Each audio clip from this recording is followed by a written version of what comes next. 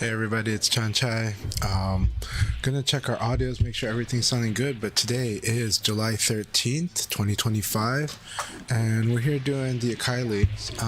Right now we're watching VFTV while we set it all up, but it should be good. We should be having a good time today. Last night was an interesting night. It was a dramatic night. There was really good matches, but just some disruptions. I think there's some tough weather in Florida, so want to shout out to people in Florida. I know that it's kind of like hurricane season, and the hurricane weather is kind of brewing. So I hope everyone over there is doing okay, including our beloved GT, Gentleman Thief. But so far everyone seems okay, but I think it caused a lot of service disruptions, and I think that affected the broadcast last night. But ultimately we did get to see a lot of the matches, just a couple that were missed. But I'm working, but community is working together to kind of make those matches available to watch later. So I think Crazy Drunk is going to be uploading his matches, and I'll try to see if we can help Konraku upload his matches as well, and basically fill in those gaps. But credit to the commentary team, credit to the tournament organizer staff. You got to work through these events, and sometimes these things are completely out of control you just have to manage what's happening. And I think what was happening was probably the internet service for maybe for Tampa Never Sleeps, and this is not on Tampa Never Sleeps, this is on the service end. I think they were doing everything that they could. So anyways, we're gonna go ahead and let everyone know that we're doing the AKAI'S. So and hope everyone's having a great time.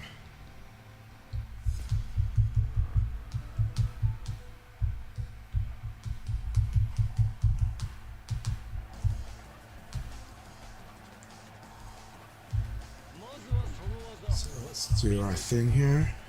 But I hope everyone is doing good, had good rest. Let's see here. We'll do this. Image is always fun.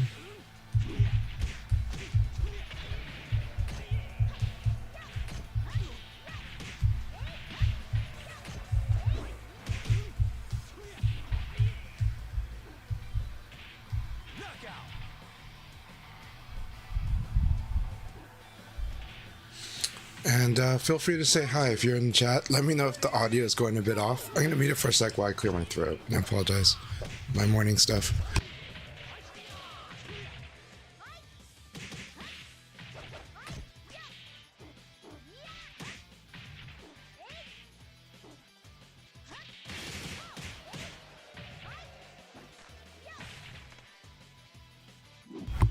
Alright, and I'm back, and I feel like my throat's much more clear.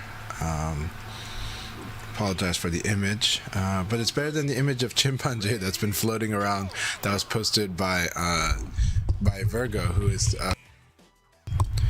who just qualified for that amazing spot. He was the second qualifier. Chimpanzee was the first, and Virgo always the social one. Sorry for the mic, one sec.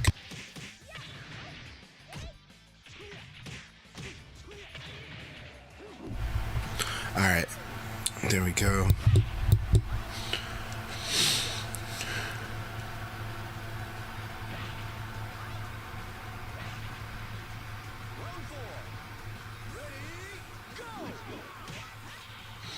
So I had an interesting morning as I was new internet in moving houses. Okay, that makes a lot of sense. Thanks for that update, Subterran. I really appreciate that. That gives us a lot more insight. So maybe it wasn't just the storms brewing, though I did hear that was a factor, but maybe it really was just that they had moved into new internet, new infrastructure. And hearts out to them. They do an awesome job, honestly. As far as tournament running, like bracket running online, I thought while there's friction, the friction was necessary for making sure players are doing what they need to do. And so I thought that their staff has always been pretty on top of it and keeping the friction limited to where so that players know what they need to do and they're being managed directly. and I felt that process was smooth. I think as a player, you feel it more, and so if you're watching the broadcast, you wouldn't notice a thing. So I honestly have a lot of respect for the way they're doing it.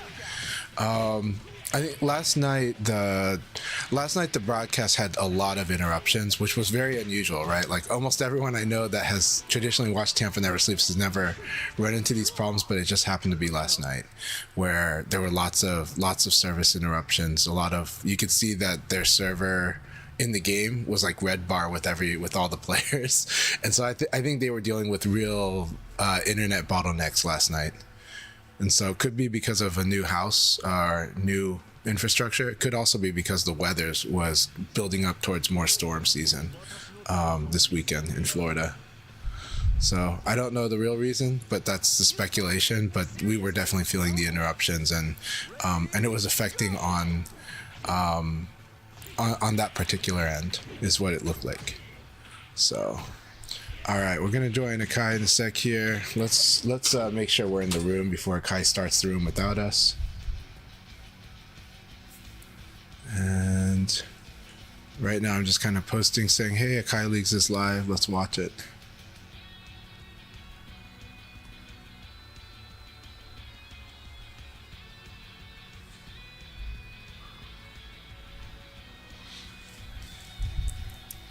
Were they on Wi-Fi?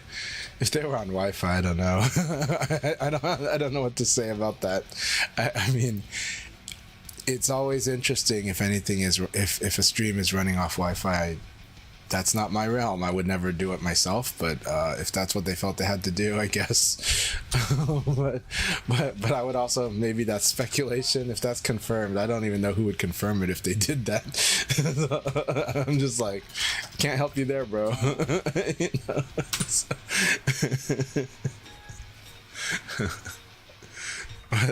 Like, I would really shake my head and go, if you got it, you got it. Except for the fact that, in my view, you know, maybe at least for me, it's not hard for me. There's a store that's open until about 11 p.m. at night that has like Ethernet cables up to about 30 feet, but even 100 feet sometimes at that store. I don't know about other people's areas, but I know that I could, at least up until 11 p.m. at night, or even if I sought out a friend, I can go get like a 100-foot Ethernet cable. But yeah. So what I do know, well, I mean, I don't know how he would know if they were running on Wi-Fi, but what I do know is that that every player was red bar. You could see it on the stream, that the connection to the host, to the stream, to the PSN account or not PSN, the Steam account that was running the stream matches, those ones were like red bar, right? So I'm like, okay, we know that there's a rough connection to the host and party.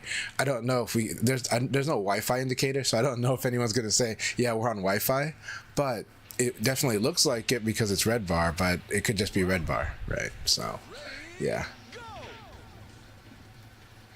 Would that interruption have consequence between Sega and TNS? It might. I mean, this is that's between partners, right? I wouldn't know, but what I mean is that, you know, everyone's gonna check on the suitability of a partner, but I do think TNS has a really good track record, so I want to be very clear. And a lot of people who regularly watch it, us VF players, we don't watch it that much, but other people that I've talked to, and there's not that many that I've talked to, said that basically they've never experienced an issue with TNS before. I did think it was funny though, because it says, you know, when it goes to splash screen, it's like Tampa Never Sleeps, and so you're kind of like, well, okay, but the internet's sleeping right now. So, you know, the broadcast is sleeping right now. But that said, no, I mean, that's up to them, and that's where they think, is this going to happen again? What is the reason? So if a partner would probably, like Sega, would probably say, hey, what's the deal with that? Can you explain it to us? This was a big deal for us. We do put a lot of resources in this. Why did this fail? Can we expect this to happen again? You know, that's the conversation I would imagine would eventually happen.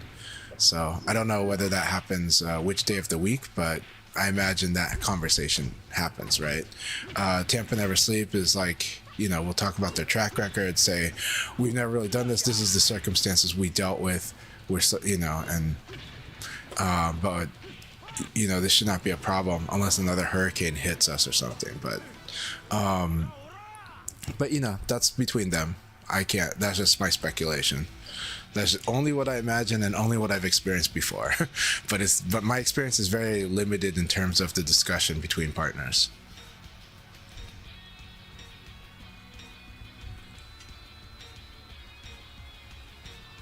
But it was really unfortunate, like 100% unfortunate, and I know that was like I think one of the streams to watch was Tricky's stream, because Tricky at least would move on to other topics, entertainment, training. I thought it was good. So Tricky, shout outs to you for having a good stream that kind of kept people's energy moving, but I also knew it must have been driving you nuts. I didn't watch your stream directly. I just kind of flipped to it. I was like, okay, cool. Tricky's got people covered.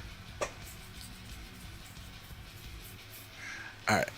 Yeah, sorry with the ads that I didn't time that well, but Tricky, thanks for having your stream last night, because I ended up on the Discord in the group chat to entertain myself, but then I realized that Tricky was also streaming, and I saw that Tricky had some training material and had basically shown different stuff, and I thought that was cool. Like, keeps the party going, it keeps the interest sustained. So your role in this is like really like vital in moments like that, because the stream crew can only do what the producer's saying they can do, so yay for community. All right, hello. Hey, John. How are you guys doing? So I don't know what you guys have been chatting about, but on my stream we were chatting about, last night's broadcast. So... Oh God. Okay, so you guys didn't get there yet. I'm still tired. No. You're traumatized. sounds like Setsuna is traumatized. So what was the technical difficulty? It's only speculation. For me, I'm only going to say that. Us? Okay. I don't know. Tricky says that according to Denkai, but I think it's speculation on this part.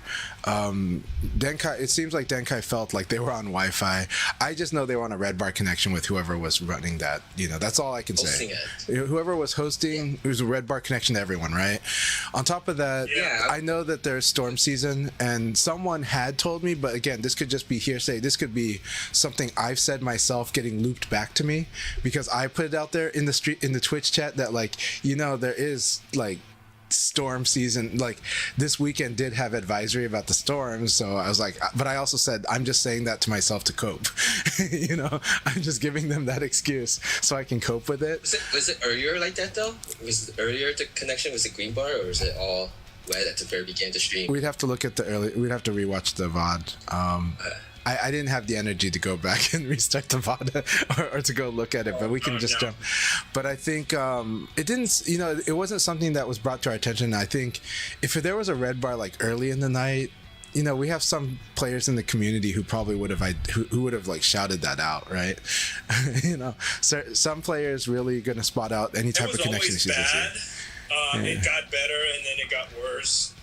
Yeah. But yeah, from what I could see, when people would come into the room, it was horrible, and then it would eventually get better, and but yeah, it was all over the place. And then by the end of the night, anytime they'd come in and you would see the room outside, they would be red barred. Yeah,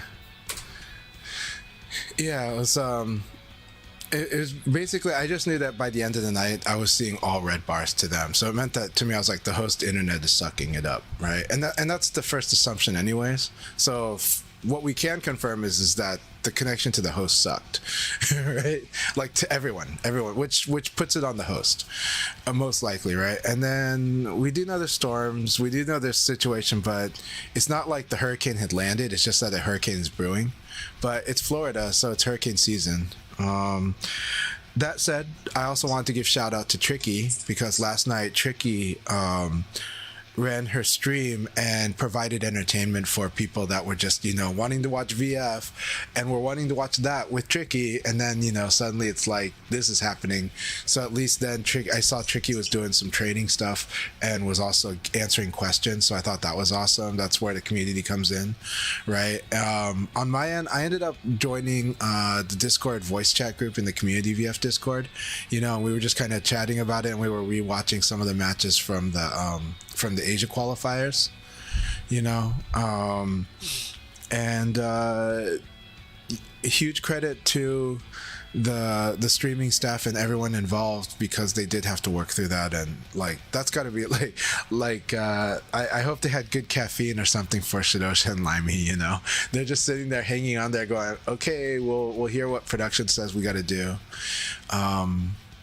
From casual chat, a lot of regular Tampa Never Sleeps viewers, not a lot, some seem to say that this has never really experienced this before with Tampa Never Sleeps, but so we'll see. It's just unfortunate about last night.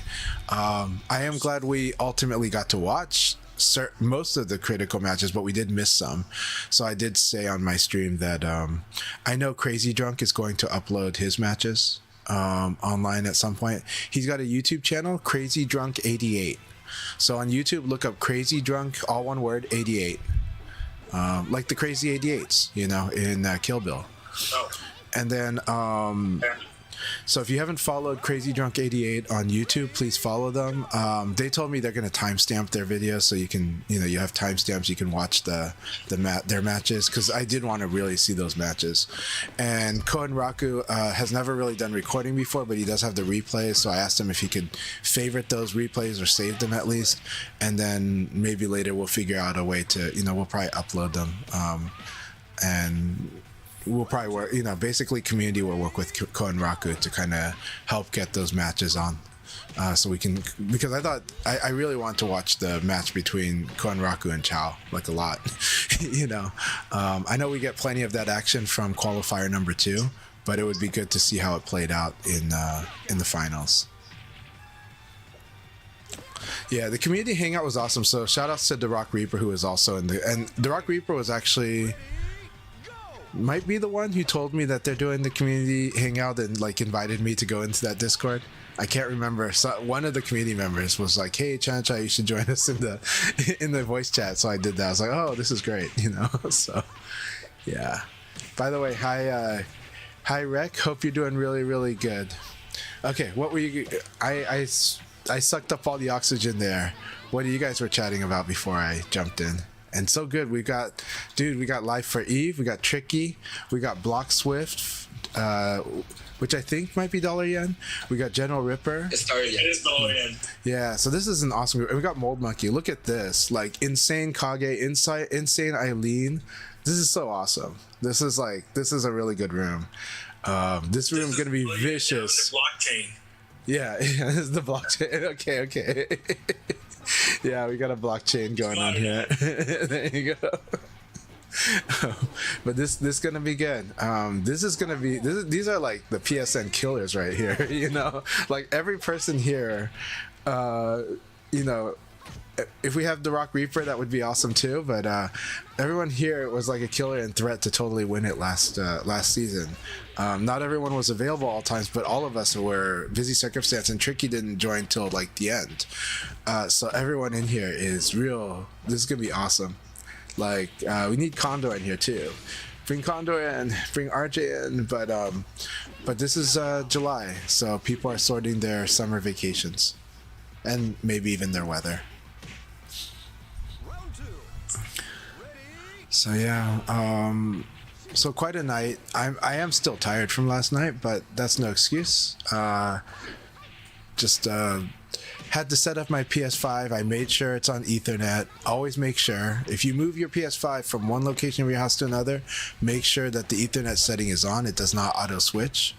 And then I had to turn off HDCP because since I'm running through a capture card, I couldn't I had to put on the VR headset to change the setting to turn HDCP off, so that I could use it through the capture card. And then because I'm using the pass through, to my display, and it's kind of complicated to undo the wiring in my desk setup at the moment. It's like all over the place. But then after that, I wanted to make sure my PS5 was on 4-bit so that it did any kind of hard drive stuff and not slow things down while we play. And then I made French toast for the kids, so it was a fun morning. I'm just going to interrupt here quickly. We already have 7 people in the North America PSN League room, so we're going to start the countdown of 5 matches before we start. And we're still looking for at least 1 more for the Europe Steam League room. And before we start, I'm going to go AFK for a bit to take care of something in the house right now. Okay, sounds good, Akai. So...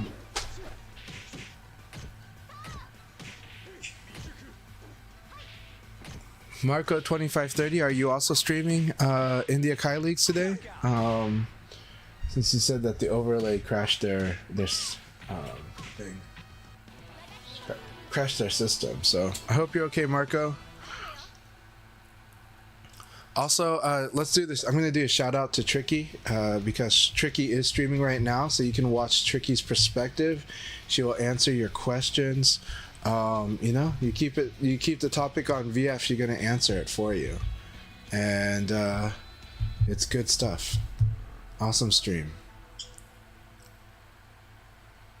And now it's officially Tricky Eileen. It actually has been for a while. So there we go. Shout out to Tricky Eileen. Please follow Tricky Eileen. Later I'll give a shout out to The Rock Reaper, who is at work right now, so they cannot join us yet, but we're really happy to have them on the stream. Subterm, thank you very much for your support always. So scared for the console fiends to be free when Revo goes live. Here's the funny thing, right? Our human nature to factionalize, and there's justification, but my experience, right, with Tekken 8 on Tekken 8 on console and PC, right? Obviously, if you have a really good PC, it runs really well. And that said, if you run on PS5, it's not going to be as good as like a souped up PC, but it's better than a not souped up PC. And so my experience, at least, is pretty consistent on Tekken 5 or in Tekken 8 on the PS5. However, whenever I connected from the PS5 to a PC player, more often than not, I had to deal with like a lot of junk happening in the match, right? It suddenly felt not smooth. It suddenly felt it could be a rough connection.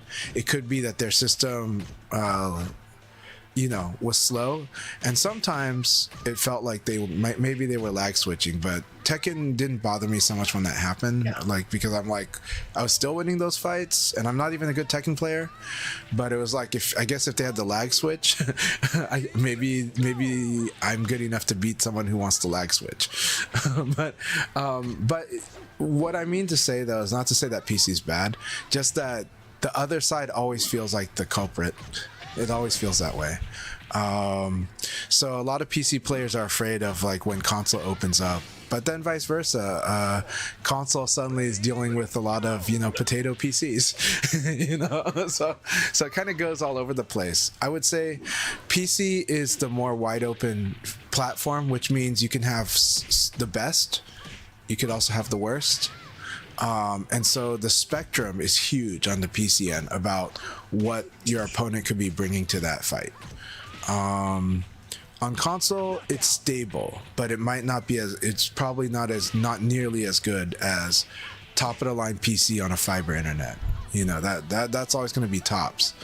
So then you're going to see what is the average of what I'm dealing with, Yeah. But it is also true that when you play Revo on a PC, okay, my honest experience with Revo, both on PS5 and PC, PS5 is consistent, but but I've played on PCs where it's way sharper, so the input delay is less. But I've also had my inputs feel like they're getting eaten like quite a bit when I play on PC also. So it's like depends. Yeah. So one of the things we've said, or one of the things we found, turn off NVIDIA Reflex, because that tends to be one of the culprits. On some setups, if you go to manage your game, when you go to manage your game on Steam, turn off Steam control if you're having issues like that. Some people have experienced that for whatever reason the Steam control setup on Revo has like also affected inputs. But you know what? This is like the PC experience. It's like everybody that every PC gamer I know, including myself at some points in my life, are a form of mechanic. So it's like that. You end up being like your friend with the car, and who's always working on his car, and you just never see them stop working on their car for the rest of their life. So it's like, okay, and it's like, but we want to get the best, right? And you are going to get the best experience on PC. You may or may not have to keep tuning it. But a lot of people have potato PCs. It's true. I mean, in tournaments, you kind of deal with it. And so sometimes we set a bar. Sometimes people really want to help. They're like, hey, I've got this old PC, but I think I've got it really optimized. And can we use it in tournament? And we have to go test it. And sometimes the answer is, yeah, this is perfect.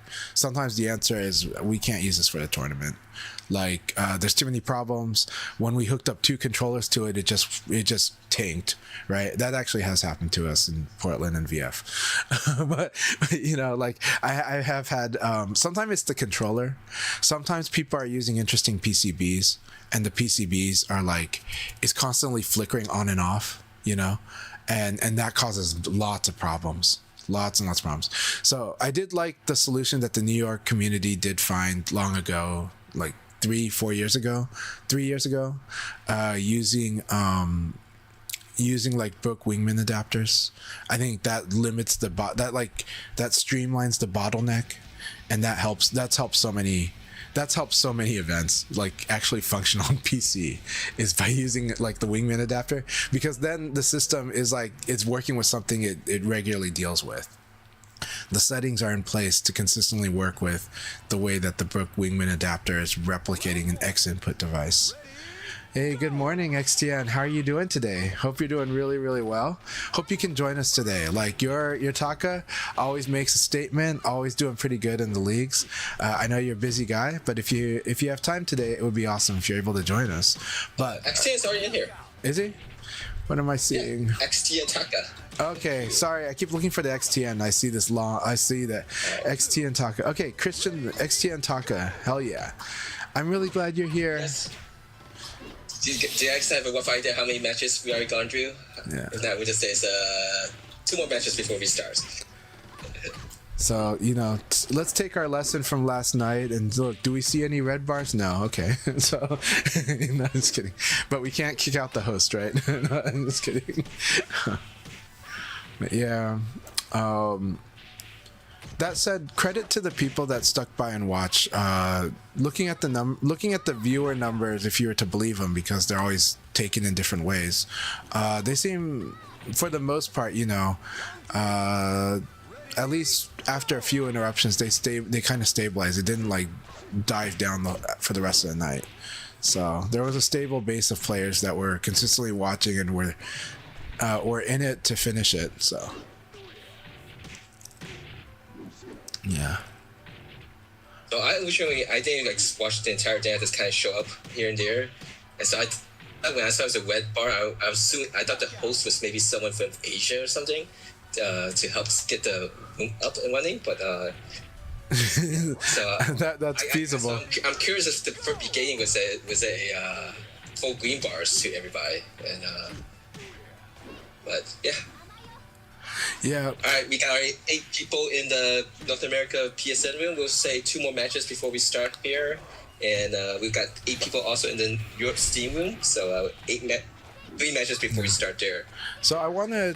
I'm going to also give a shout out. XTN said, I'm trying to stick to getting these PSN sessions in. Don't want to get freaked out by potentially lag up setups of Evo. That's a really good point. Here's the thing. If you ask anybody that played at Combo Breaker, they're going to tell you it wasn't the most lag-free setup at all. There were many factors. right? One factor was the reflex boost. One factor were maybe the PCs they used, but I think those were actually pretty good. But another factor was the displays, right? And this is known. So some displays lag more than others. Some displays are faster than others. And at the majors in North America and even in Japan, it depends. Now in Japan, Sega, I guess, has a deal with Giga Crystal. So Giga Crystal displays are pretty good. But generally, like Evo Japan 2023, we're using like the Sony InZone because they're the owners of the event, and the InZone monitors were not the fastest. I wouldn't say they're the slowest, but what I'm saying is they're not the fastest. You want to get used to this. If you're playing in tournament, you are going to have to deal with it.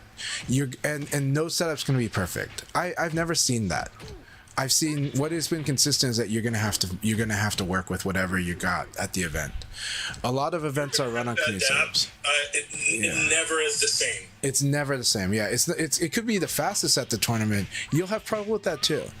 As a competitor, you have to adapt. So, some ways to adapt. What XTN's saying, playing on the PSN actually helps. In my opinion, it does. Some people maybe not, but for me it does. Another way to adapt, actually before I played on, in the Parsec days before that, to prepare myself for it, I actually forced myself to play on a very laggy TV for like a week, just to kind of get accustomed to playing with lag. And it wasn't bad for me, but I'm adaptable apparently. Another way is when you're at the event, play a lot of matches on their setups. That is the number one advice. Number one advice, do not rob yourself of playing that. They have a VF party probably on the Friday of Evo, the day before the matches for VF.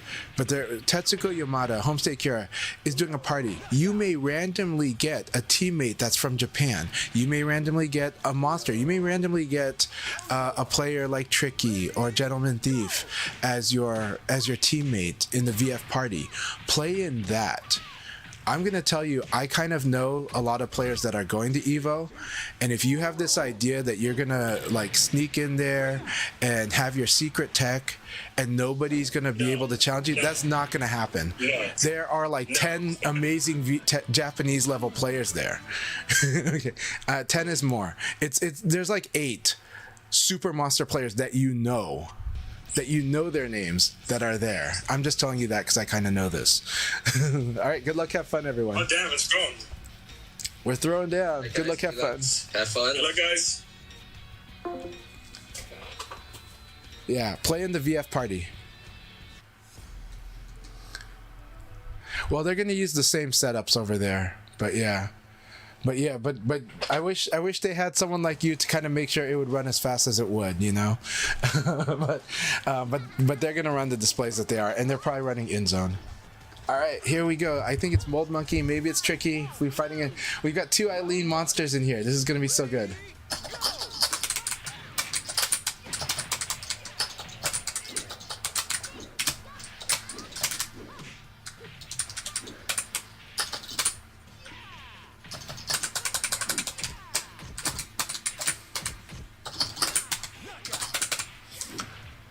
All right, Mold Monkey's getting back used to the PSN. We're so happy to have you.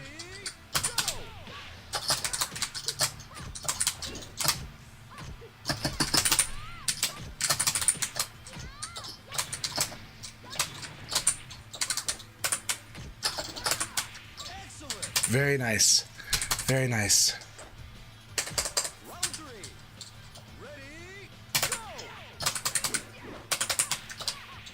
Oh, that's cool.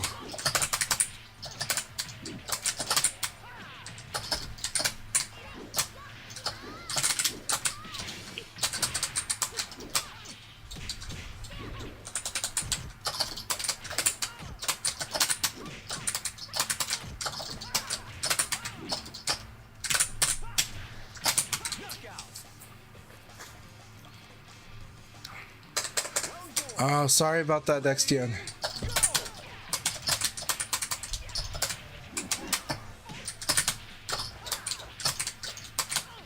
Definitely feeling slower today. That was good. I like Mold's read. Mold Monkey's always got good reads.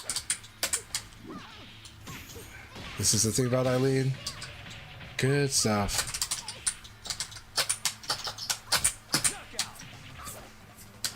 So yeah, you can't use an attack that. This is technically I did the standing attack. It was not crouch. So good.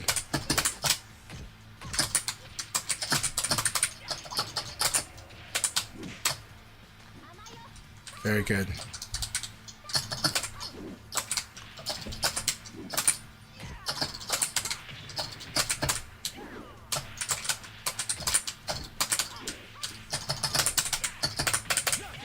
Good game, Old Monkey. Always really good. We didn't have the fastest connection, but I enjoyed all of it because I enjoyed that we're making decisions and guessing. We worked with our connection, and that's actually really good training for an event like Evo.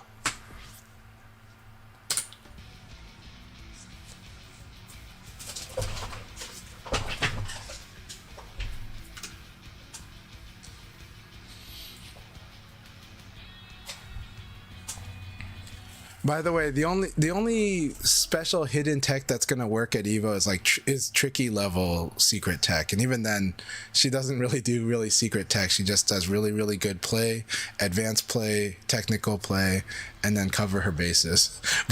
But the only maybe Denkai tech, but even then, we're not really there. I mean, the game is matured enough that it's just Revo can have it because it's more new. But if you're not on the monster level, that special tech's not going to win you Evo. It's not going to sneak you into the top 8.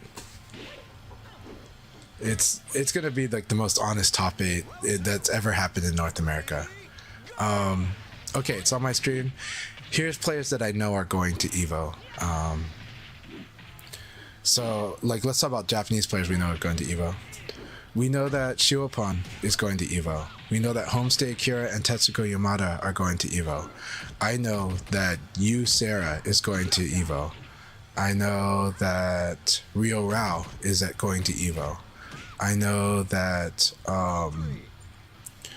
let's see, there's more. We've got Nyanta going to Evo. We know that Himajan's at Evo.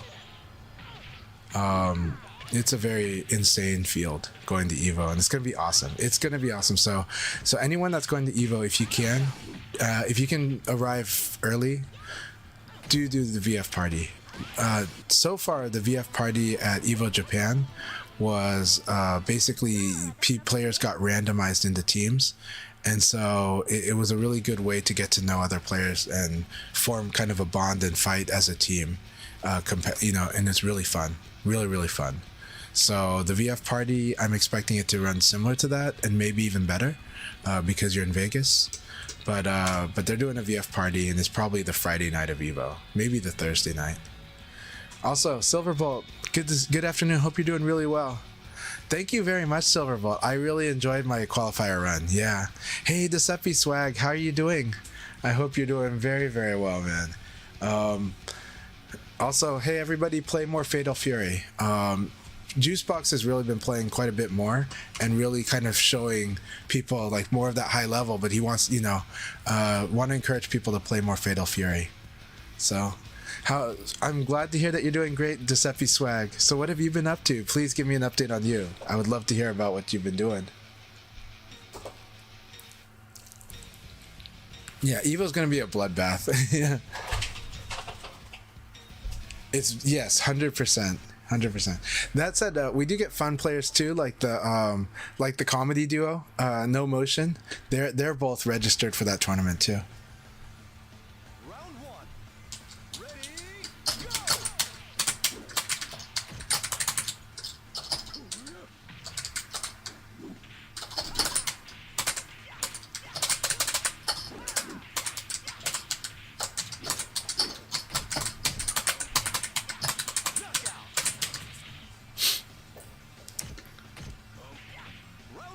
Awesome.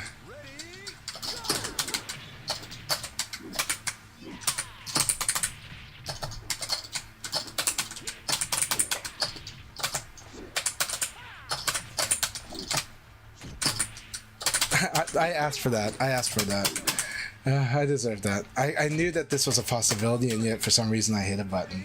I always do.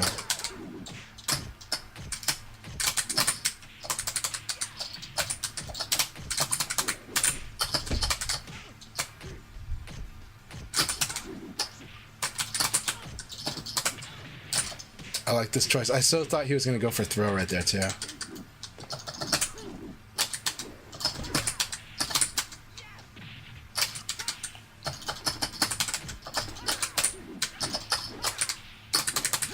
Oh, I so thought this would work too.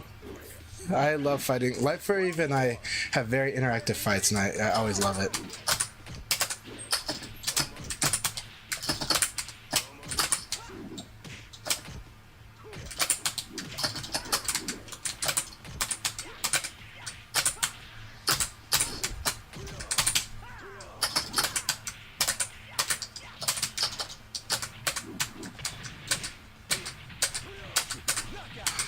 Good game, Life for Eve. Good game. I enjoyed all of that. I think you guys got to enjoy some of how interactive those rounds were. So thank you very much for the good fight, my friend. All right, good stuff. Good stuff.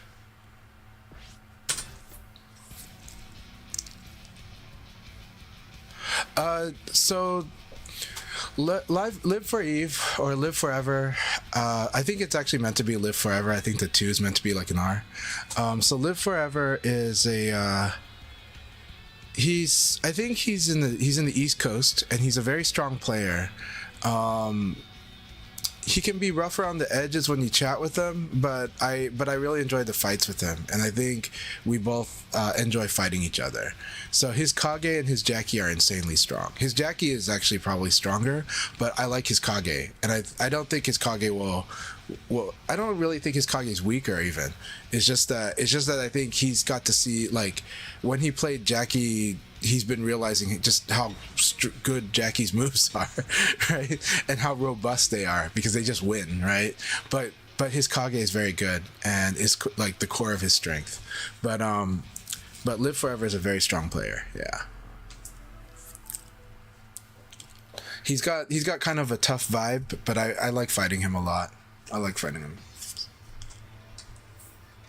Round 1.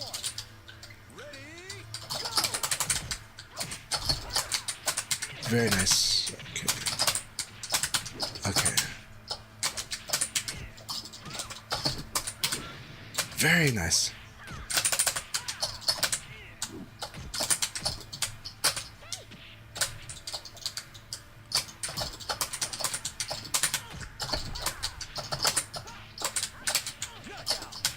So today is interesting because I definitely feel the speed difference in this game, but I'm enjoying it a lot, and I enjoy the decision making is what I'm really enjoying right now.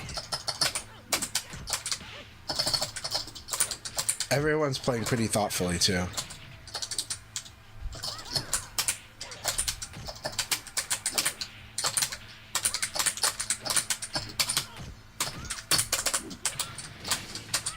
Look at that, that was so good.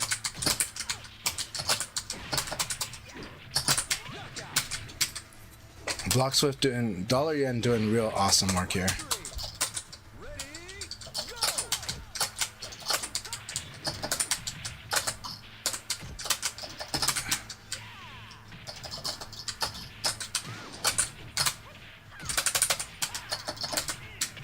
I do need to remind myself that I think that this is no longer 13. I think it might be minus 15 now. I should test it out. But.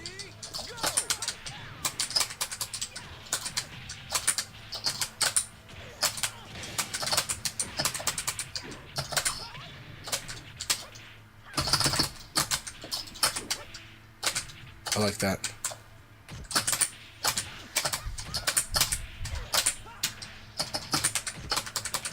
Really good stuff, Block Swift. Really good stuff. I did make sure that I'm on Ethernet, but it's definitely feeling slower for me today. It's but it might just be the whole going from Revo to this. But again, the decisions are really cool.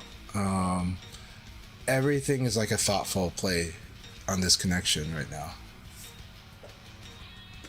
In a way that you kind of realize how much you were cruising by on trying to be fast. Jim Haney, good to see you. It's been a while. I hope you're doing really well.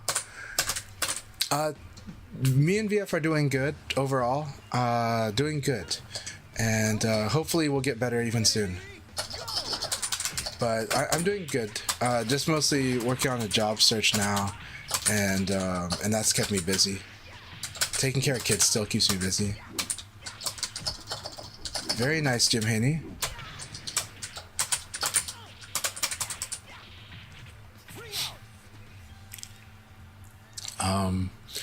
Yeah, but Giuseppe Swag, it's really good to have you here. It's good to see you. Like, I am doing good overall, but could be better.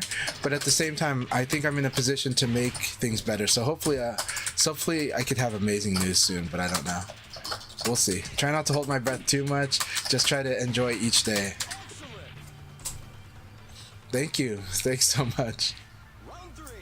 I hope so too. I hope that I hope the mission gets accomplished, right?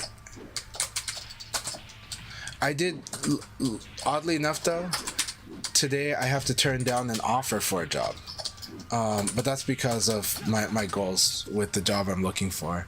But the offer is a really good one. It's just more of like, I just have to tell them I'm not ready to make the commitment on that particular job because of the other jobs I'm looking at and that I'm trying to get. So I'm not ready to commit, because if I was to work for this other person that offered, I'd want to do it. I'd want to do it fully committed, and I can't. So yeah. So at least I'm in that position. That's not a bad problem to have, but it might, but sometimes you feel like it's greedy.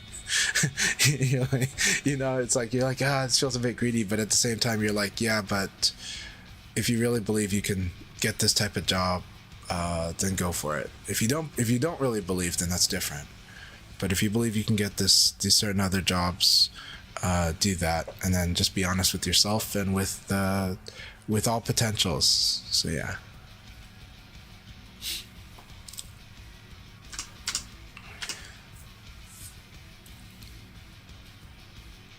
Yeah, but the young self used to say like a dumb way to say it, right? I think one of the worst things you could say to potential employers, something, don't ever use the line like, oh, I think it's a better use of my time. Like, I always hated that one, because I've heard young people say it, and there was one time in my life where I said that and I totally regretted it, and I still regret saying that.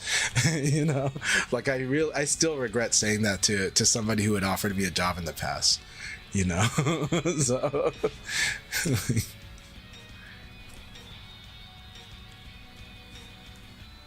in this case, that's not even true though. It's just more of like, I'm trying so hard to accomplish my goals, kind of deal.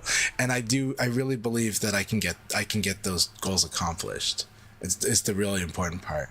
And so I'm just not ready to make the commitment for what you need from me as much as I would be honored to do it, You better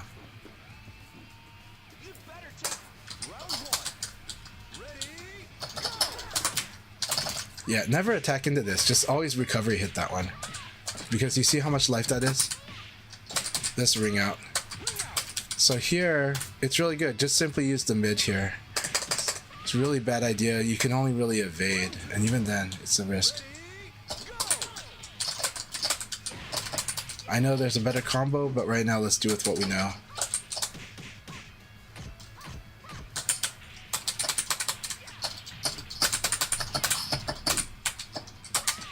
Yeah, so this is, again, Tricky's using 9k for me, and that's really good.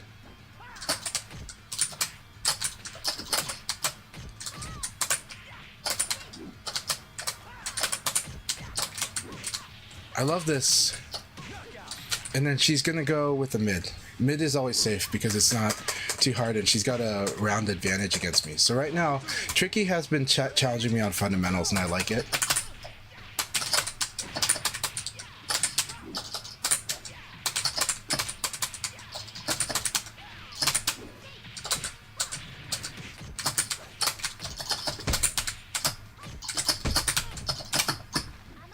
Good, good. Very good. Back throw again.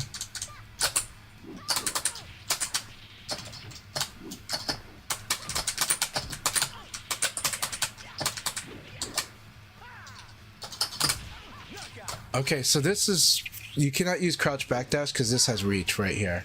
So right now I have to stick it up. I have to stay in the fight there. I wanted to see what would happen there, but this is -6 side turn.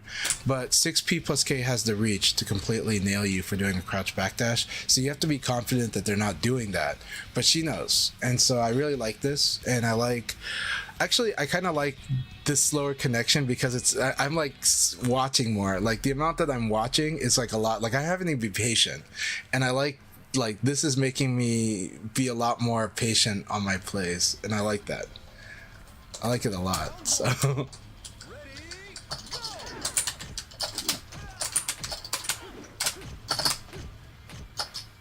Thought I can get under that.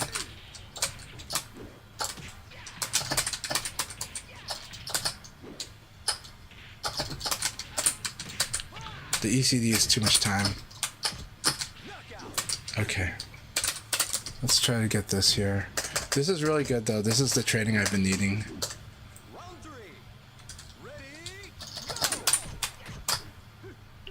And good use of neutral throw.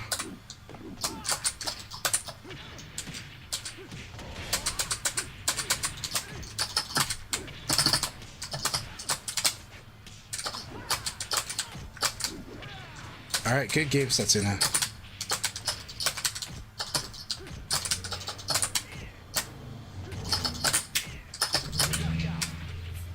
This is hard because you can't move your way out of this. This is Akira. The power of Akira's super dashing elbow is that it can get you on delay. It can just accidentally hit you regardless of how you try to go around it. So you just gotta block and not Nitaku because he's -5. You gotta like block and then deal with the fuzzy after. And sometimes, and I can't parry it because it's a knockdown on hit. And if it's a knockdown on hit, it'll break my parry. So it's really good. It's just, you just gotta block it. But the problem is then you're like, Setsuna's gotten really good at guard break there too. And so that's where super dashing elbow makes a really powerful pairing with guard break. Especially in this tiny, tight corner situation. The fun thing is actually he hit me with the guard break, and so I wish I had thrown him at that spot. So, yeah.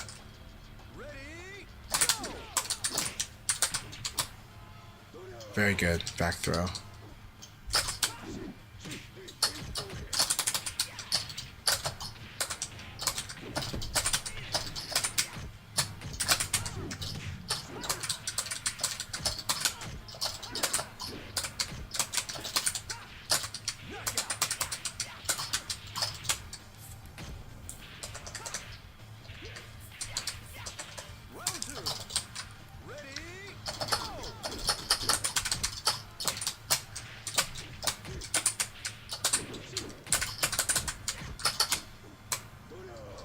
Good use of back throw.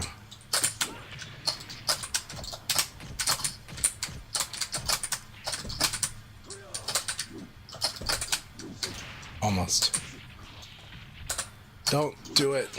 I hit the button way early, but I also told myself not to do it once it happened. But once you hit that kick button, it's gonna come out.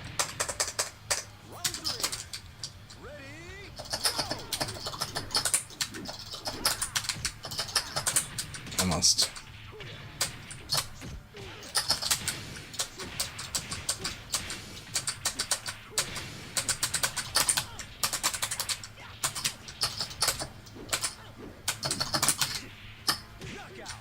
Okay.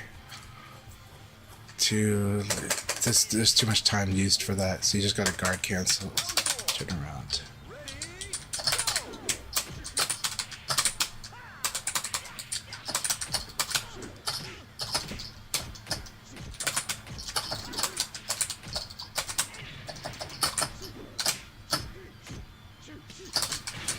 Almost. I had a feeling, but I still am too slow to react to it when it's side turn like that. Again. Good game, good game. This guard break has to be, I have to stop that. So, he is catching me watching, but again, it's okay to be watching. I just need to be a little sharper and remember that guard break, I'm at the wall, so the guard break's coming. But we'll get there. We'll get there. It's a lot of fun though. This is really good training. We had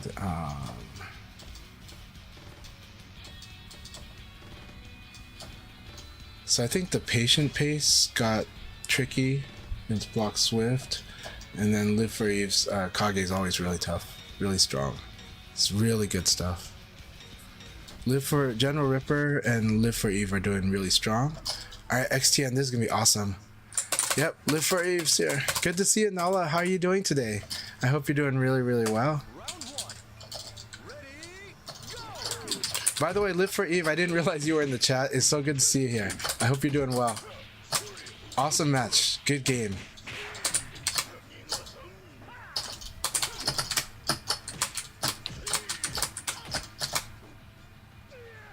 Yeah, back throw is the ring out. I keep thinking. You got to think about your win conditions, their win conditions. So back throw was a ring out from here, and I didn't think about that. Let's work on this.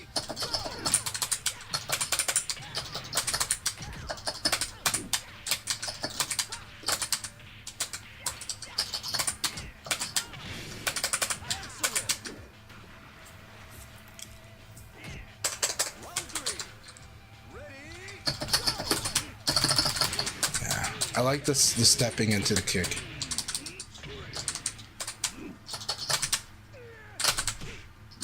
I like that.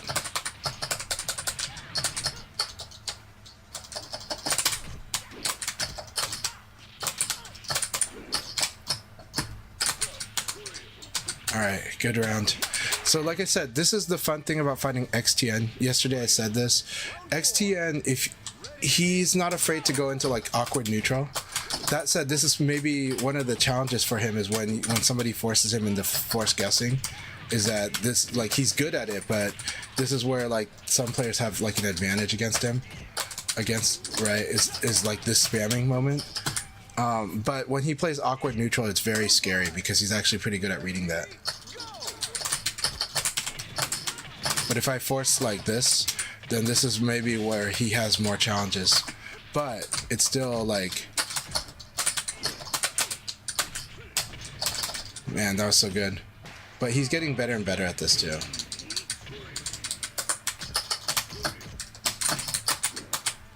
Man, that was really good.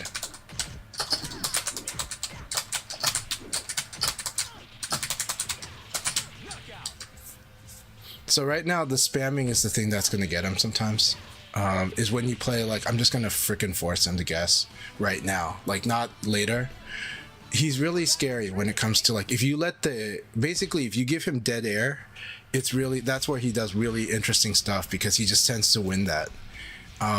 Like, so he wins like flinching contests, but if you take away the flinching contest, that's where I usually give him a hard time. Really good game, XTN.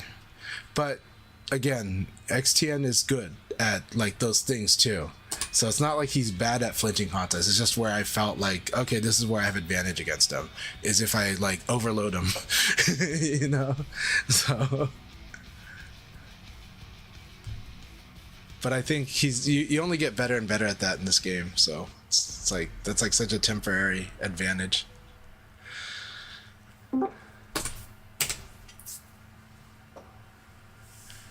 Very good game, XTN. All right, that was a really fun league battle.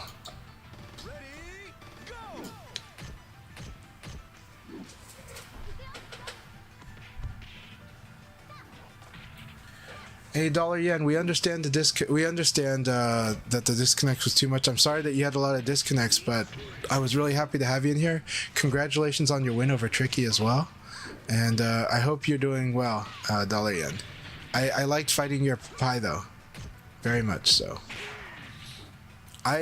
Actually today I really like playing on, it's a slower connection, but I swear I am on, I'm gonna double check my settings really quick, but I swear I am on I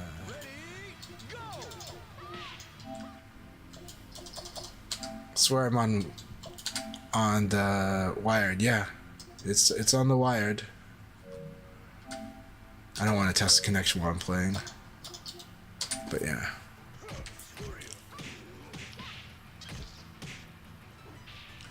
But definitely, you know, we're feeling the slowness, but I like the slowness because it's forcing really thoughtful play. It's forcing really, really thoughtful play today. It's like, as much as we might want to twitch, I think making decisions is better. And I think we're doing that a lot more. Yeah, and really good stuff. Like, honestly, that was a really good league battle. And if I'm getting challenged really hard, I'm really happy for that, actually. It's something I need to work on. And everyone's really calling out stuff today on this whole weekend. People have been calling out stuff I do. So I really enjoy that. Round 4. All right. Is that you, Setsuna? Yeah, the connection's been rough. Like everybody was Yeah. disconnecting. Today, I didn't have disconnects, but I definitely felt slowness. And I double checked. I'm on Ethernet for the record. So, but I had a good connection with everyone, but it's slower, right? But I actually told my stream I like that it's slower because like we're having to play super thoughtful VF, you know, like it's really like having to not rely on outspeeding people, you know.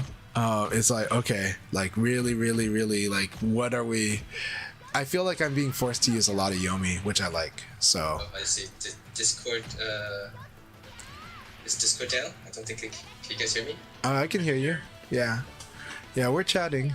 But Setsuna, really awesome battle with you. I was like, man, I'm getting killed on these decisions, man. I'm getting killed on these decisions. You know, it's like this hurts. I like the decisions Tricky. I like the way that Tricky's general game plan is. Headphones. Specification. Yeah, so Tricky's, you know, forcing me to like deal with certain stuff, and I think I was doing better. So I like everyone calling me out on a lot of stuff this weekend. This has been really good. And actually I feel like playing on PSN today is good too, because it's forcing me to like do like move by move. Disconnected from Will. Yeah. Try to count down 5 matches for the North America's team. And I need to figure out what's wrong with my headphones since I can't hear anything to it right now. So I'm talking about it back. This is 2. Ready, go!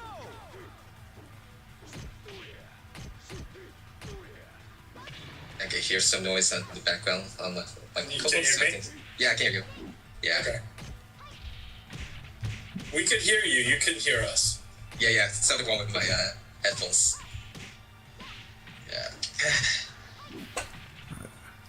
Also, people watching my Twitch, I just gave a shout out to Giuseppe Swag. Please follow them. Really good content from more from the King of Fighters side, but they also played some VF, and I really appreciate their time with VF. But they're always just good community people. So, shout outs. Yeah, this has been. That said, it feels slower, but I'm enjoying all the fights. Like when I played it.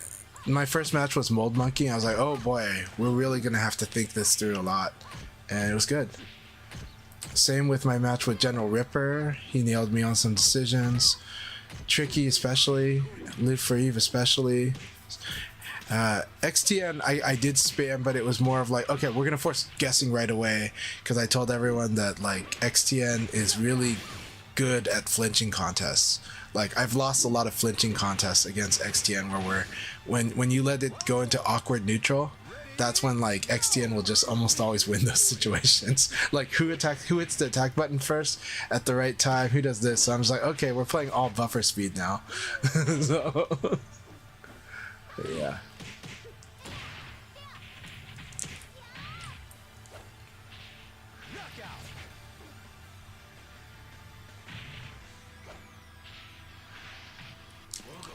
Alright, really good stuff with General Ripper. As we've said before, General Ripper always going to make you guess. This is a Kage that will always make you guess. And then Live for Eve is going to challenge you on like on frames, but also on other aspects of Kage and make you guess too. But General Ripper really going to get you into the you better guess right. You better guess right. Round 1. Ready, I think I would agree with that, Nala. Yeah, I think it could have been a ring out.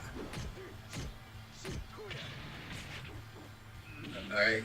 The Europe side should be finishing up soon. Man, look at that. Down here. Setsuna, that Force XP is so scary.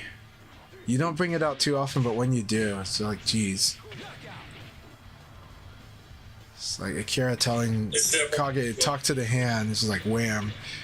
And then there's also the fact that it's +1 on block in my brain, and I'm still too slow to respond to that. So, you know, but your Akira doesn't abuse it. It's like you have to fight KNR to get used to it, to get used to the 4-6P blocking. You know.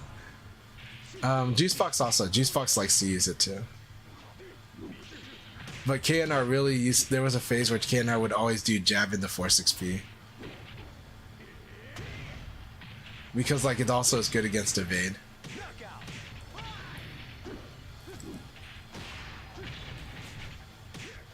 Looks like 40i4 won the Europe League. And we should be accepting people again 10 to 15 minute break before we start the second league for Europe. We already started the countdown for the North America PSN room. There's 7 players right now. So you still have plenty of time to join if you want to participate in that. So congratulations for 45i4 for getting first place. And there's a tie for second between Impixa and Edva. Round 4. Ready, go! Nala says, hopefully PSN gets replay takeover too. I believe that Revo will definitely have. Revo on consoles, I 100% believe that it's going to have replay takeover. 100% believe that. So.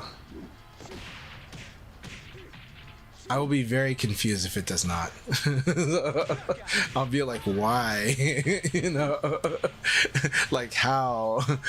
I don't see how this feature breaks the port or you know, this version. So yeah, I'm very sure that it's gonna get the replay takeover, downloadable replays and replay features.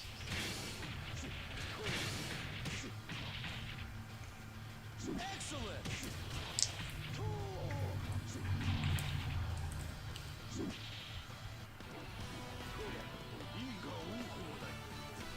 General Ripper doing awesome here.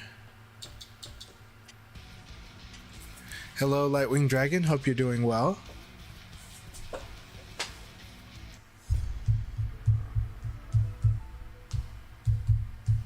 Alright, 3 more matches before we start the North America PSN room.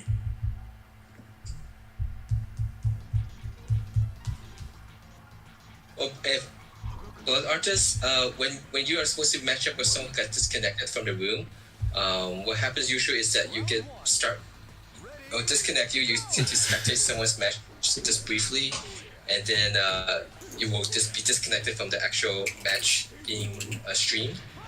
Not being streamed, but that was being shown in the room, and usually the sound is also missing. So that's very common when you get matched up to someone who got disconnected from the room.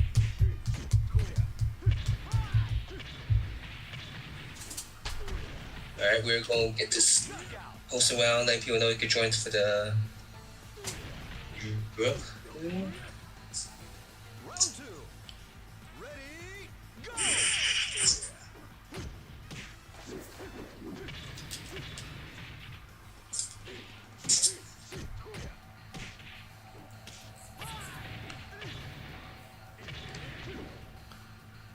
The Kai and Chanchai combo doing pretty good.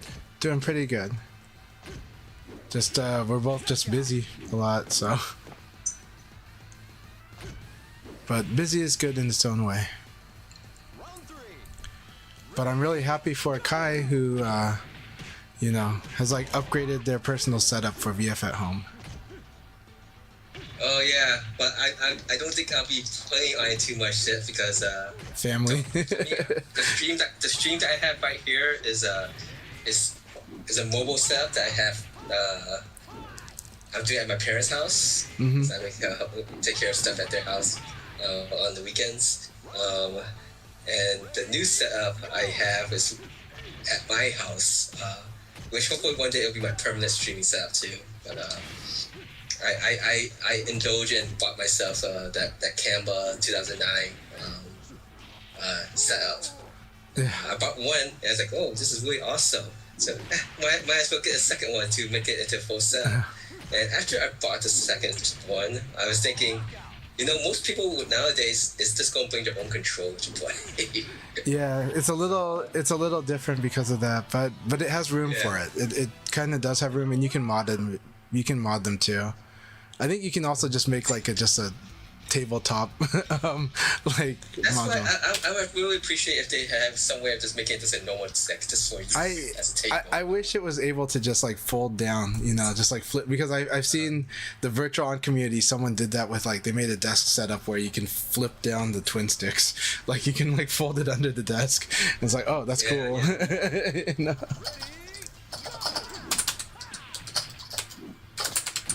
But it's nice. I do not regret purchasing it. I think we have 2 more matches before we start the 2 more matches before we start the North America PSN League room for the second league. You would be sorry. Well, let's see if we have. Rasnov joined. Welcome, Brad and John player.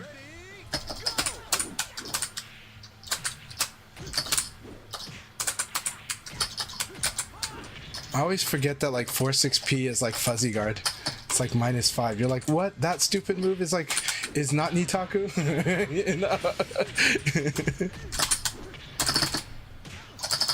So good.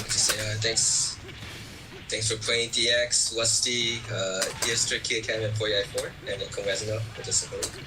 Round 3. Ready,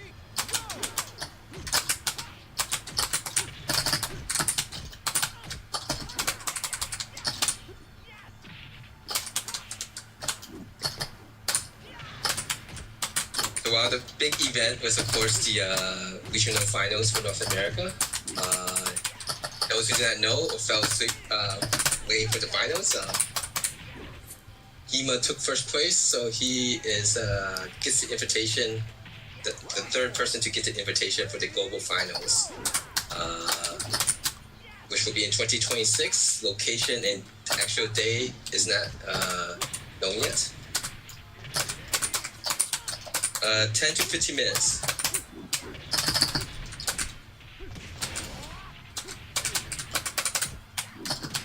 Very good. It was really fun fighting Live for Akira. round 5. Ready, The auction said to see who got second. I believe it's Yuka who got second, defeating Gentleman Thief, who he was using Brad and Akira. I'm not sure if he used John against Yuki. I think this is Brad and Akira.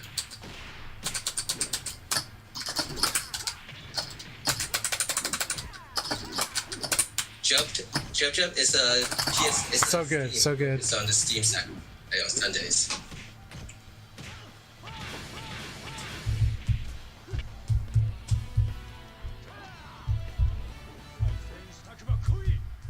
Hey, well, Sisha. It's been a long time. Sisha, we should play Jeffrey a lot, so going to say.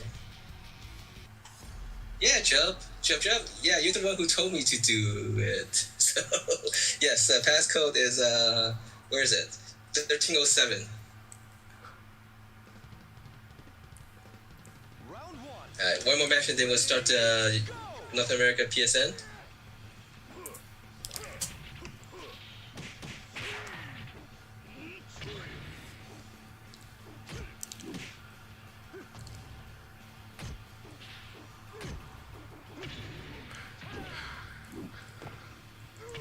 Well, in the case that Himajan wins Evo, they still win Evo. They just, but maybe second place would get the. I don't think he's allowed to participate, right? No, I'm sure he's allowed to participate because it's a separate tournament. I mean, I think it's just that he's just not allowed to qualify a second time for the invitational, right? I mean, you can't just suddenly tell somebody they can't play at Evo.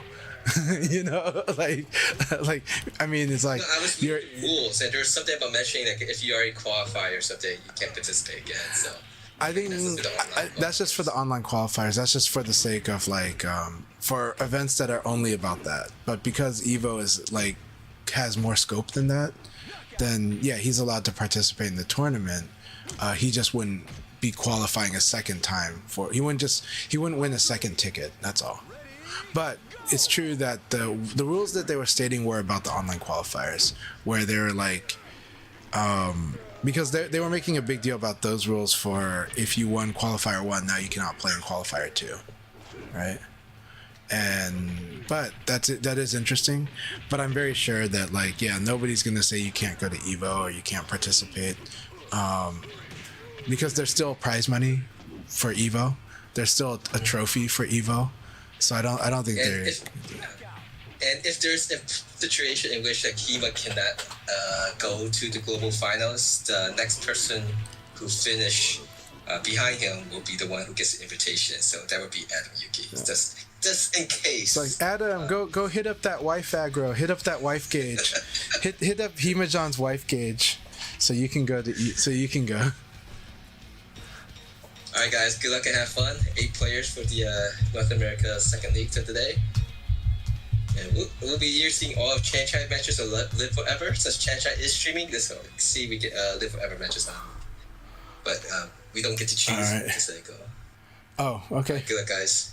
Good luck. Thanks so much. All right, here we go. Now, Live Forever. It's a lot of fun. Oh, shoot. I see. Sorry about that, Live Forever. Well, you have a 1-0 record against me with your Kira, so. Very good. +7 on a hit on a low.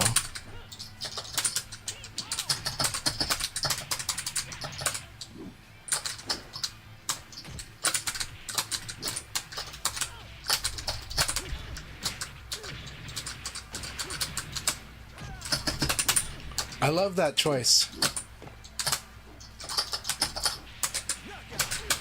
So again, Live Forever, I like the choices that Live Forever makes. Their Akira is very different for me, and I like it. And it's countering me.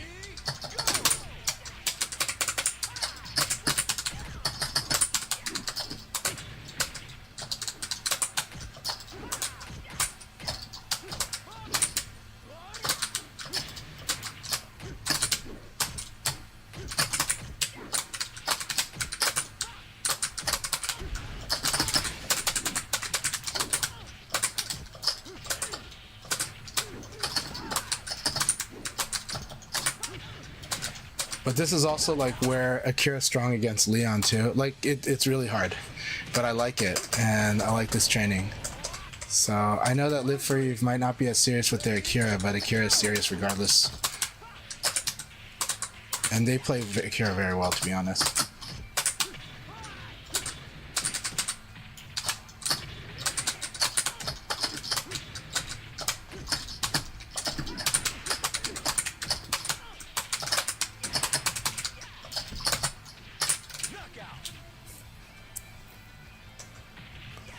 This is good. Trust me, XTN. It does help you. The decision making, it helps. But I understand the like not liking it too. But I honestly like it. So, man, normally I reacted too slow there.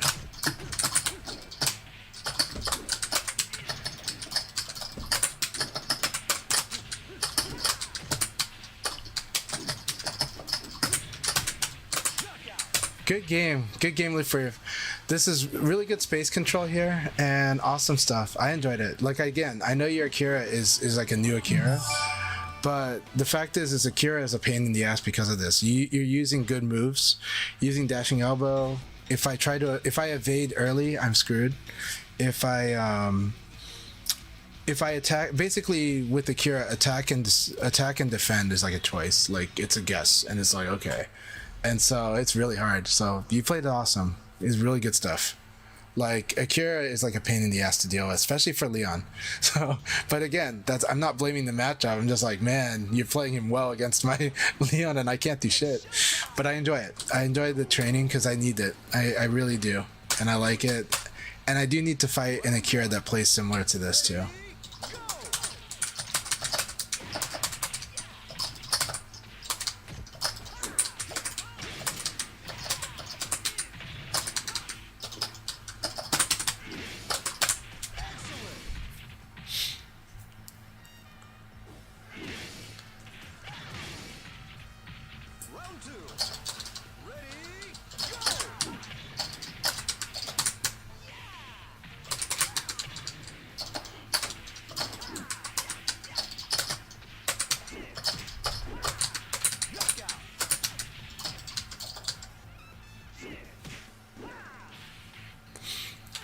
No, the Rock Reaper. It's exactly how I feel. Yeah, I mean, I guess the Rock Reaper's agreeing with me, but like when I come back to Revo, I like that when I play on PSN, it's forcing me to make decisions like Yomi type decisions better, and you kind of see it in the players that you fight too. I hit guard again.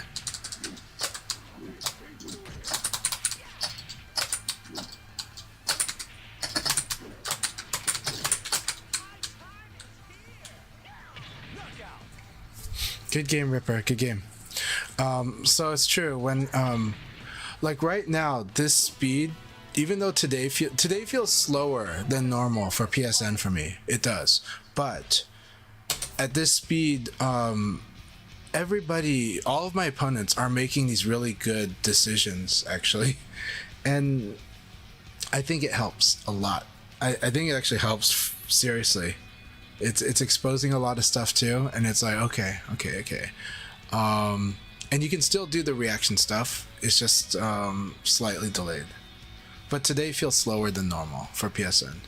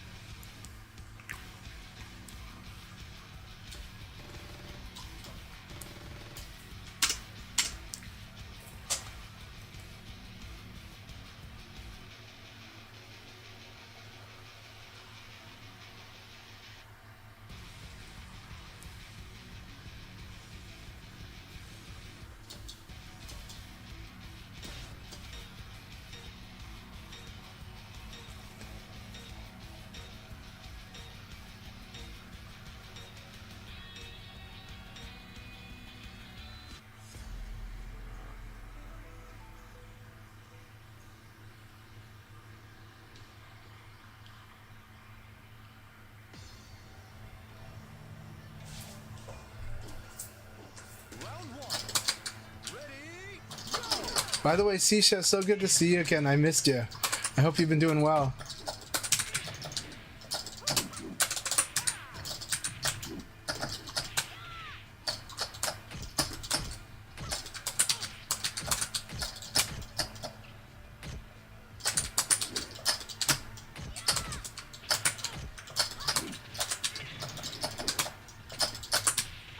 Very nice.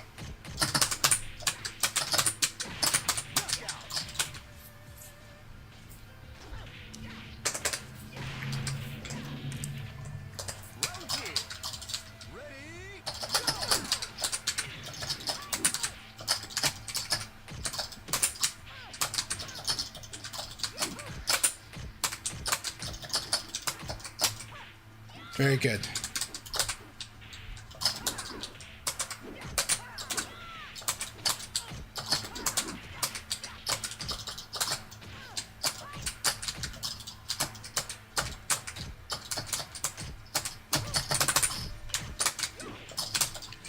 It's like Lei Fei. You have to. It's like Lei Fei's 9K. You have to punish it so early, like before she touches the ground. That's like really rough.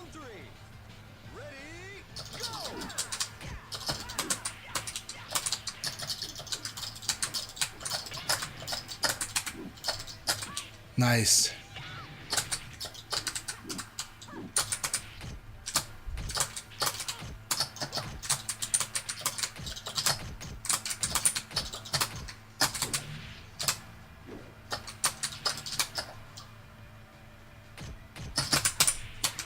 Alright, good game, Sisha. Good game.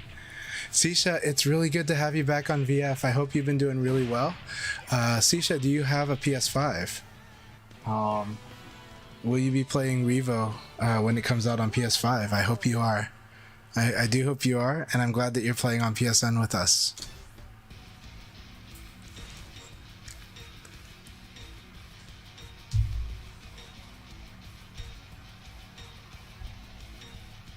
And Sisha did say hi earlier, and I missed them on the stream, so sorry about that.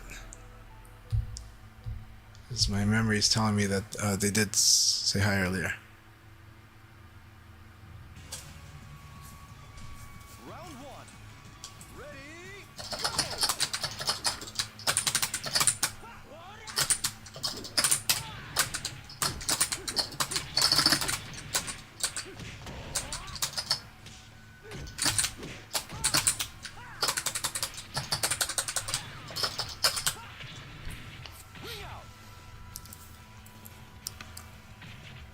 Oh, that's right. Scope Dojo, Sisha. You don't have a PS5? No. Two. Ready. I'm really glad that. Well, I'm glad you're here, and I will be happy to play with you on this all the time. So.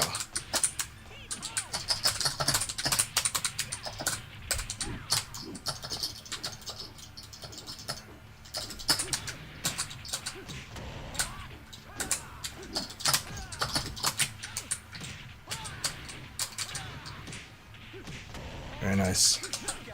Very nice. No idea when it comes out. We'll hear about it eventually, but probably end of the year at this rate. Just because we've heard radio silence.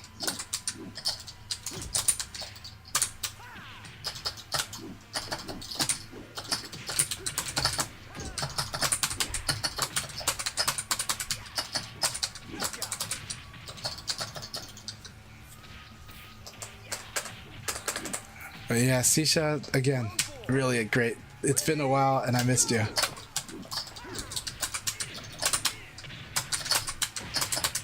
So what have you been up to, Sisha?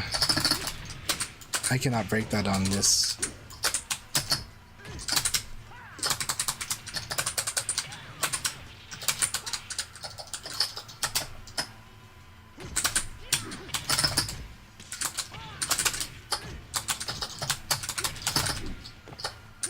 Almost ducked in time for this. Almost ducked in time for that.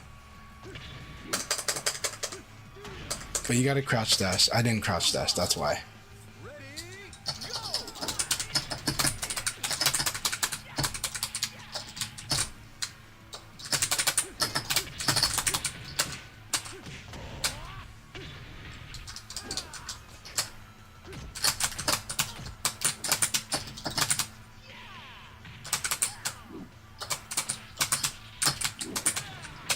That is. I can't tech roll either. So good game, Setsuna. Good game.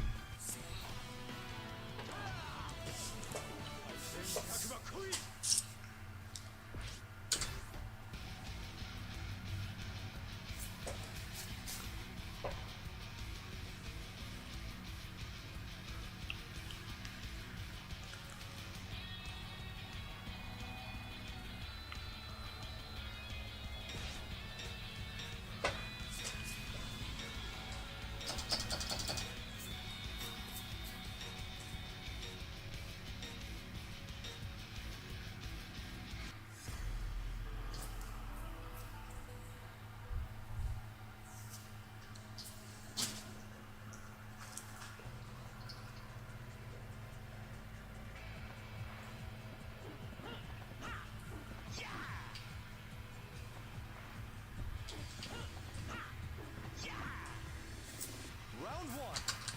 Ready.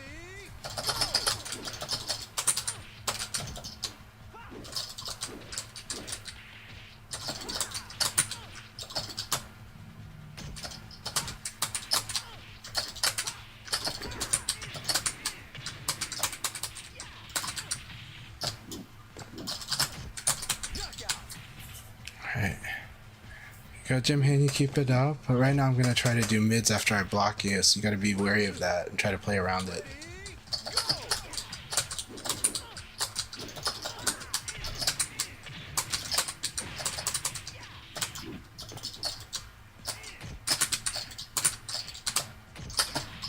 Almost evaded the second part. Very good.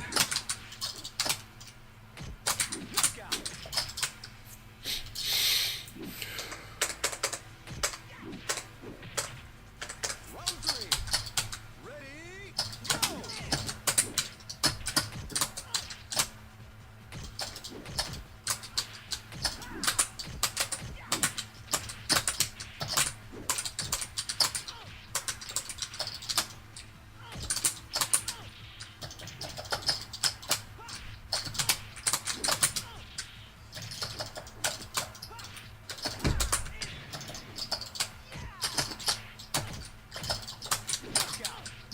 Alright, good game, Jim Haney. Keep it up, keep it up.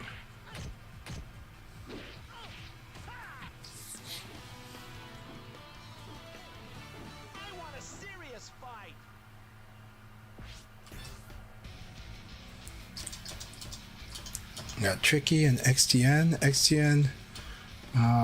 Hope they didn't get disconnected, but this is a room of monsters. No, they didn't. They've been playing pretty well. Haney, Satsuna, Sisha, General Ripper. Live for Eve is doing amazing. They will fight Satsuna and then they'll fight Tricky. Tricky doing awesome, amazing.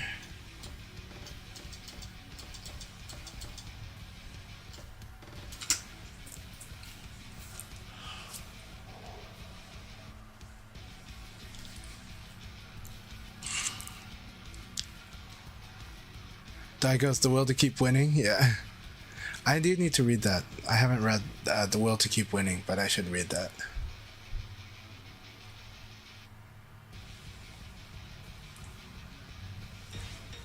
Daigo is really fun to listen to his streams though, or at least to read the translations of his streams.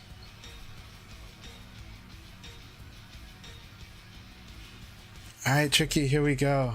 Always fun. Always really, really fun.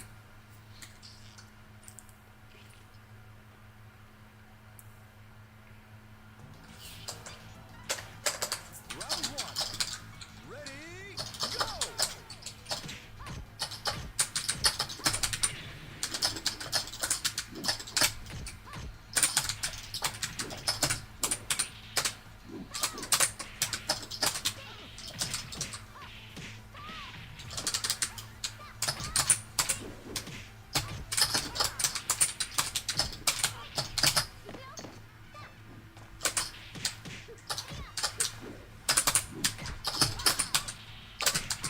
Very nice.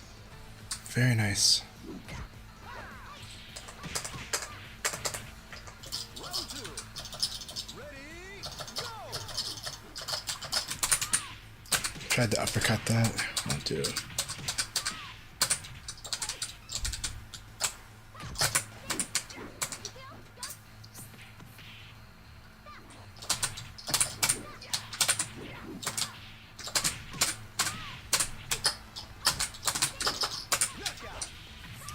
Alright. Fadeaway's not good. Let's try to do this. Round three. Ready, go! Too slow.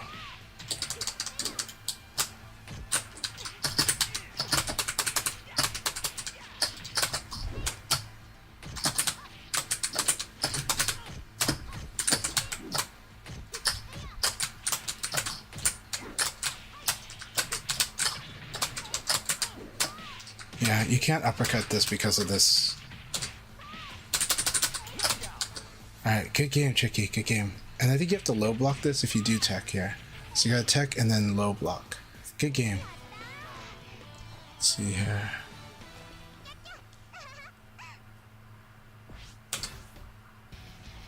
But yeah, the ECD will get called out by the 9K by immediate, so the timing was really good. But you can guard, I think. Maybe not. 9K is pretty fast. So just crouch dash guard. And then, yeah, we had some good moments there. I do want to convert more that if I get a counter hit with 4P to do certain options there. And then, she was on point with the 9K. I was wanting to block that, and so I was trying to watch for it the whole match. I did punish a whiffed 9K, but the other time she did 9K, I ECD'd into it. So it's really good. Really, really good.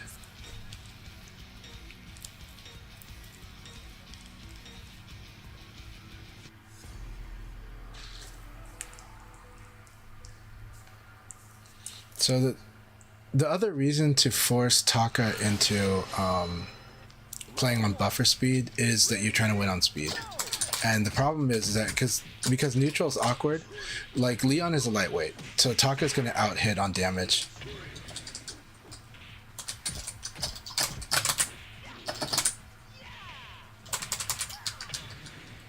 But there is an answer to.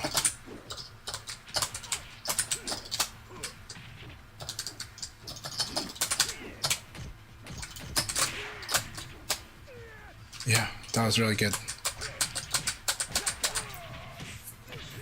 So the problem is that with Taka, he's gonna out hit. Like if his jab happens to hit the same time of any of my attacks, it'll still probably win on some of them.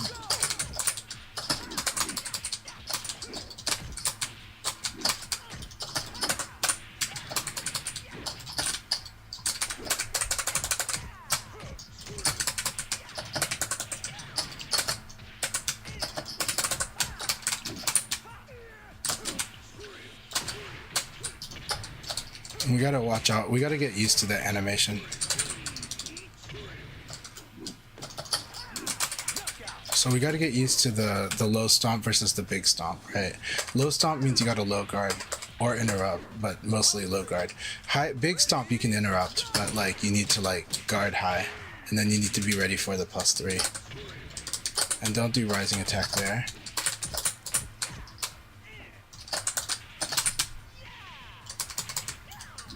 Good.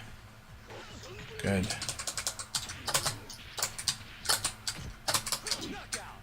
And this is because Leon's uppercut can cheat certain stuff here. This is because Leon's uppercut's very unique with the hurtbox destroying.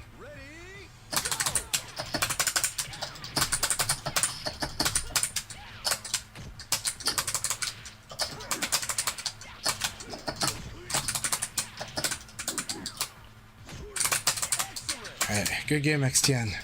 Really good game, really good game.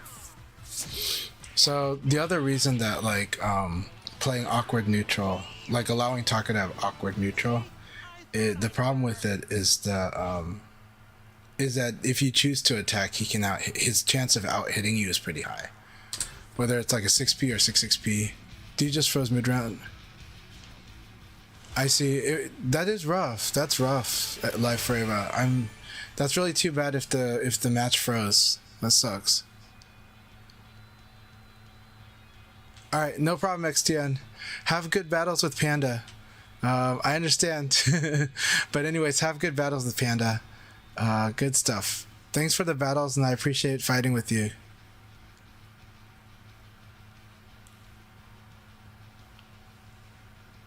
I see. Okay, so Tricky's controller keeps disconnecting. That's really unfortunate. Maybe it doesn't have. Maybe it has trouble with the PSN. We'll see. That's really no. I hope it gets sorted because I like having Tricky in this room.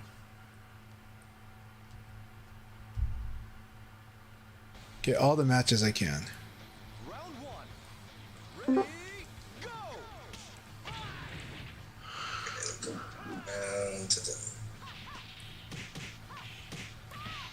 Yeah. So that's really too bad that I guess Tricky's controller disconnected on the match with Live Forever. So Live Forever, congratulations, but thanks for letting us know though that sadly it wasn't it wasn't the battle that those two should have. So yeah. I don't worry too much about fairness. It's what it is, you know. Life's not fair. It's okay, you know. Yes, so, life is not fair. Life's not fair. It's the sooner we cope with that, the better. You know. It's usually when we expect life to be fair that we freak out, get upset, demand things from people. You know. So. But It is unfortunate, but that said, Tricky's still here. We get the good battles with Tricky. It's good training. It's good training.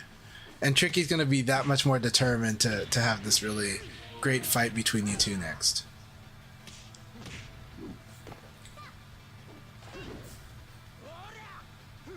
Yeah, this is the first time I see Blood Artist play Akira again. Oh, good. Welcome back to Akira. If you don't remember, Blood Artist is Manji Maru from VFTC.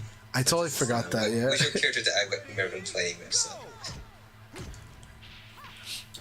I totally forgot that Manjimaru and Blood Artist is Manjimaru, so welcome back. Welcome back to Akira, anyways.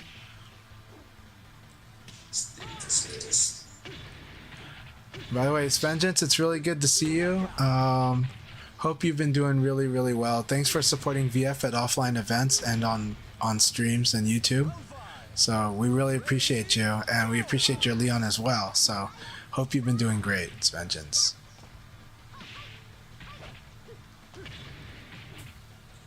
Oh, there's a lot of posts on the matchmaking side. Okay.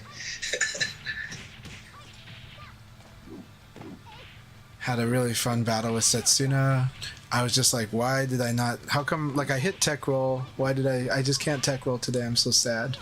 I got down hit for death on both streams, so it was fun.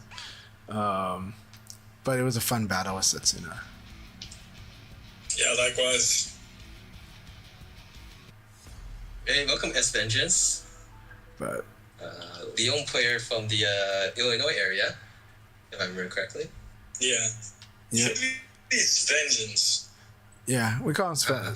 Sven. How do you pronounce it? I call it Svengeance because I imagine that their real name is probably Sven. Sven is a name. So, you know. Oh, okay.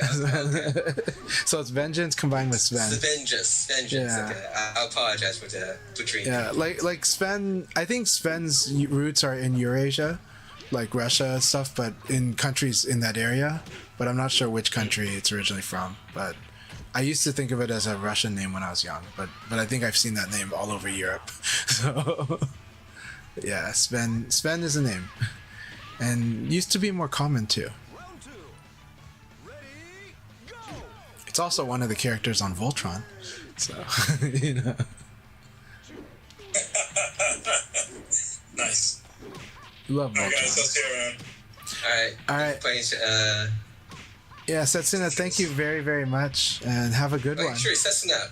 Who should we recognize as strong players in South America? Lau Ferris. Lau Ferris. Faris. Yeah, Love Faris and the Bolivian dude Okay. is pretty strong as well. Scandinavian, okay. What character does he Samurai use? That's right. Huh? What character does he use? Akira. He every character. Okay. He's one of those guys. But yeah, mostly Love Faris is probably by far the strongest. Lau Ferris definitely seems he's really strong, right? So, yeah. Yeah. So you pronounce For it Lau sure. Ferris. If y'all could raid at the end, I think Soyal Kai is going to be streaming. All right, we will try to raid them. Yeah. Once my league section's end, I'll wait over that to that side. Fantastic, man. Thank you so much. That'd be great. Thank you, Setsuna. Okay, cheers, guys. I'll see you guys Cheers. Alright. Later. later. So Sven also said that it's mostly Scandinavian, the name Sven. And I was like, is it Sven or should we call is it Sven? Or no, it's Sven with the V, right? V sound. Sven. Maybe it's pronounced like ZV, Sven. I'm not sure. We're gonna confuse Akai with linguistics and names. So I'll just tell you now, my pronunciation sucks, so I'll try my best. But I was gonna say like Vengeance. well it's just like you know what Americans call Kwanba, right? Isn't it Chomba? Like Chomba is like the actual pronunciation, I think. Is that how you actually pronounce it? I think so, like usually when you do Chinese or like Mandarin into like Q, it's like a K sound, you know. So it's like, or it's like a Ch, like Chi. So like so it's like I didn't even know it Chomba. was a Chinese company, so I just call it Kamba. It's a Chinese company, yeah. So I think it's actually Chomba, and then but you know Americans will usually call it either Kamba or Kwamba. I tend to call it Kwamba, so you know. But, I call it Kamba. you know, we think about Jerry Maguire. It's all about the Kwong, you know. So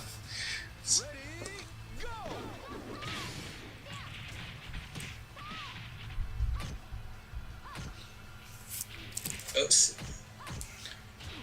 Oh yeah, Shisha did use Blaze. Maybe I'm mistaking him. I thought he used to use Jeffrey also. they did, yes. Sisha, He did? Okay, yeah. okay. Sisha traditionally played as Jeffrey. The Twitch name is Scope Doge. Blaze now, so that's the change over. But the second league today, he was playing Sarah. Yes. Really happy to have Sisha back. Good There was to- kind of the idea of hosting these league sessions. People, you know, have other things in life they like to do, and it's like, but once they do have the itch for VF, Then we remember like, hey, we do host league sessions on the certain times of the day. Yeah. Absolutely.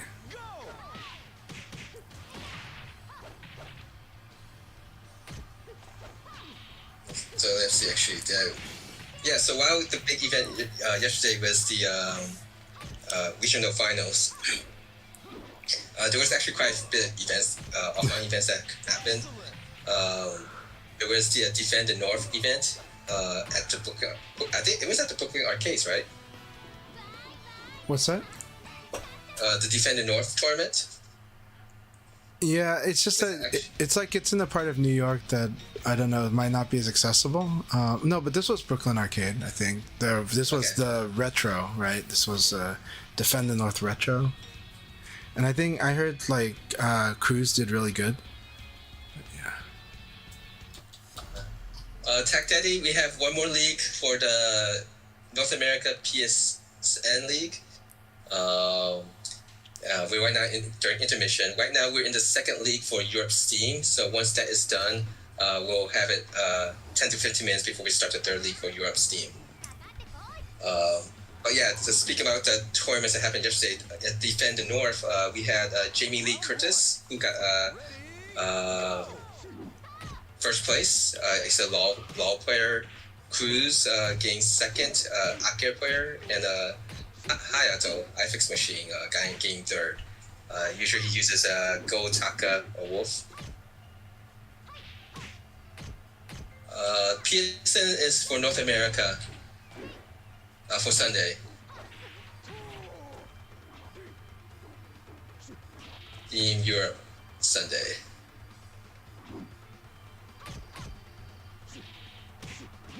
And then on Saturday, Switch. Then there's also in Ohio, the Cebus, Columbus, Ohio area, there was the there's a tension class shift, which is interesting. This tournament is a Swiss format at the first, and then later became a W elimination top 8. But I don't see a lot of fighting game tournaments use a Swiss format. But the one who won that was Sente, Aoi player. Orion got second, Kage, and then Mango Copter, who's a Wolf player, got third. And then you go all the way to Japan. There was the Tokai Bay Area Cup. It's the second one, using the Revel. It looks like all the Bay Area Cups in Japan now it has switched over to Revel. So there's the Tokyo one, which is most people familiar with, then Tokai region, and then the Kyushu region, which is in southern Japan.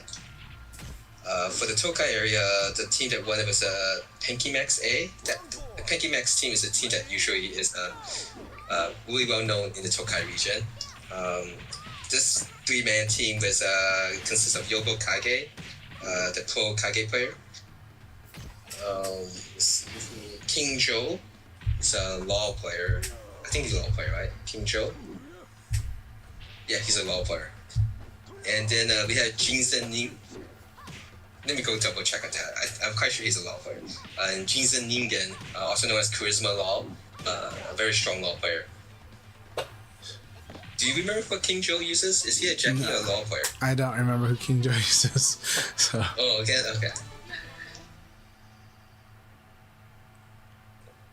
Get that up. Alright, we had 2 more matches before we start North America last league for North America. Svengeance. I think that sounds better than S-Vengeance.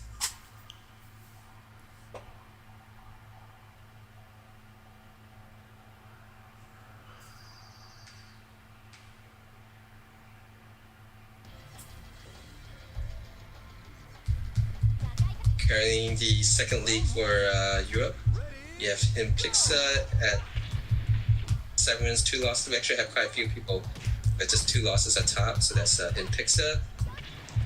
That's DX has got his third loss. DX. Erva, Jub, both are just 2 losses also. So we have right now Jub, Erva, who's using Brad instead of Jeffrey, and him picks top. Very nice. Yeah, if I wasn't paying attention to the name of the person, I would assume this might have been you. But usually you had the headphone on, right, on your costume outfit. Sometime, yeah. I used Was to it use this the skateboard? costume. I can't remember. I think it was the headphone stuff for this costume, yeah. But I like Svengence's costume. Yesterday on stream, I think I said that. Yeah, I said it on the stream that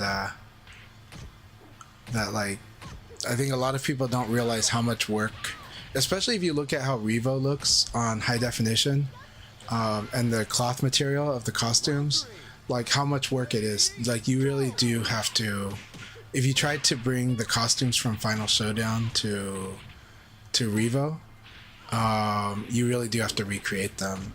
The best way to see that is to look at like a Kira or Jean and look at the materials on like the way the materials are represented on their costumes. Yeah, this is basically all the. It was built all the way from grounds up, the graphics and everything. Because if you just straight ported them into this engine, they'll look pretty flat. They'll look kind of like looking at the VF1 costumes, you know, in its own way, you know, like they'll look really flat and they'll look really either low res, but most likely just the texture work, and actually the materials work, the lighting will look a bit off, and it'll be noticeable. So there is actual legit paid work to be done that they did claim they were going to do in the past, but I don't know when they made the decision to stop. Probably when they realized just how much work that was. But it's how much demand there is actually. Right, and then how much people saying it, but is it a lot of people say it, but it's like exactly, yeah, exactly. It's like, how much of your wages would you like to put in for this to pay for the artist to do all this, pay for the artist to do all this work, you know? So, and they're like, I want it for free. And it's like, okay, you know. From a consumer point of view, most guys most likely don't want to hear this, but when Final Showdown came out, we get bundles of these outfits, which was a very huge discount. Yeah. Like when the Final Showdown in the arcades, if you want collect everything for all the characters, that's gonna cost you like a small little fortune, most likely. Yeah, because you actually had to pay in the arcade for some, right? I don't know the cost structure though in the arcades. I just know that there's subscription service for online, right?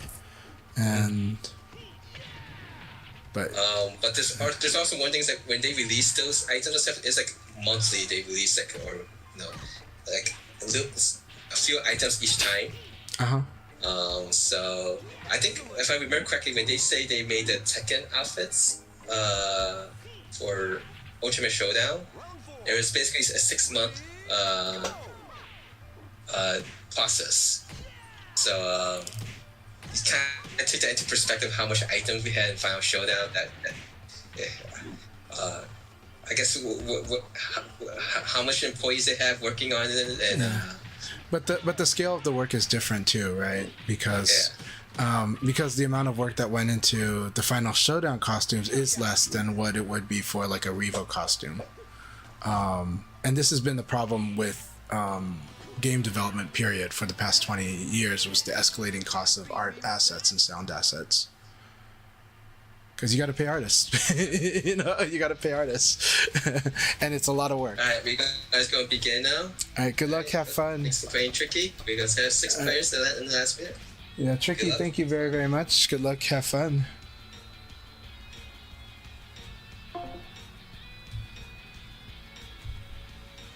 All right, well, this has been a lot of fun, so I appreciate everyone. And we're doing good today.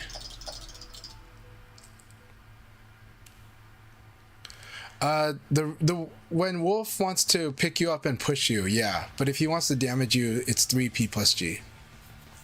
So 3P plus G does the damage, 2P plus G is the repositioning. Hey Vash, how you doing? Hope you're doing really well. Yeah, graphics kills budgets, 100%.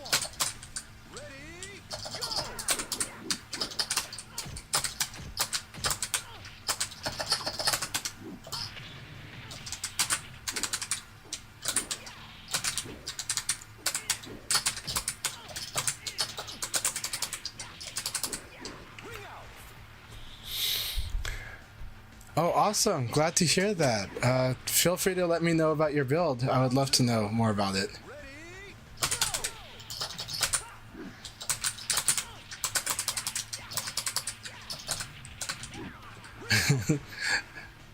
Sorry, Jim Handy.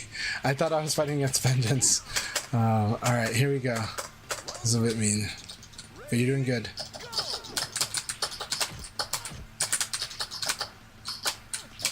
Good. Good.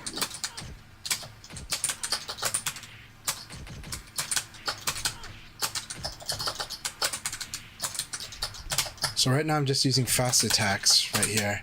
So I block you, and then I do like an elbow. It's really strong. And then if this elbow counter hits, I can either throw if I think you're going to defend, or I can attack if I think you're going to attack. Now, that's kind of the basics there of setting up the damage and advantage. Like, I'll block you. If I block most of the attacks I block, I can go ahead and attack right away. A lot of times you can use low punch, but I wanted to show to you the strength of using elbow. And that's like, if you block a low punch, you can elbow right away. It takes a while to get used to that, but if you get used to that, it's very strong. And then it sets up the opponent for having to guess whether you're going to attack them or throw them if you get a red spark with that elbow. So block low punch, elbow. If I get red spark, either I throw or I attack. And between throw and attack, it just depends on what I think the opponent will do. Do I think the opponent's going to guard? I'll throw him. Do I think the opponent's going to attack? I'll attack them because I have advantage and my attacks will win against attacks. So that's kind of how that flow works. Keep it up.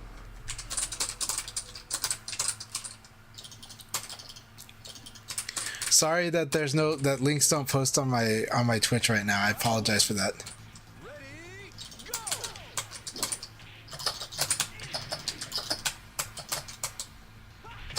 Very good.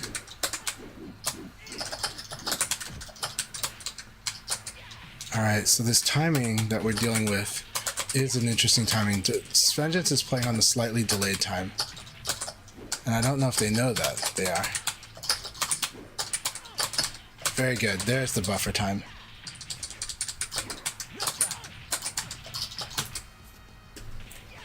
And there's nothing wrong with playing on delayed time, but it does have trouble against buffered response.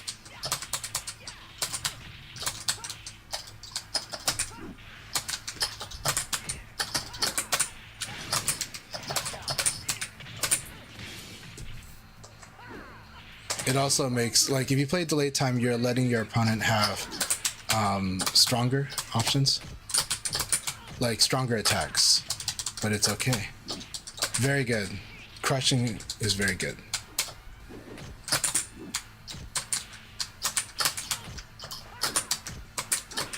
Very good. So now we're fighting against crushing, and that's good.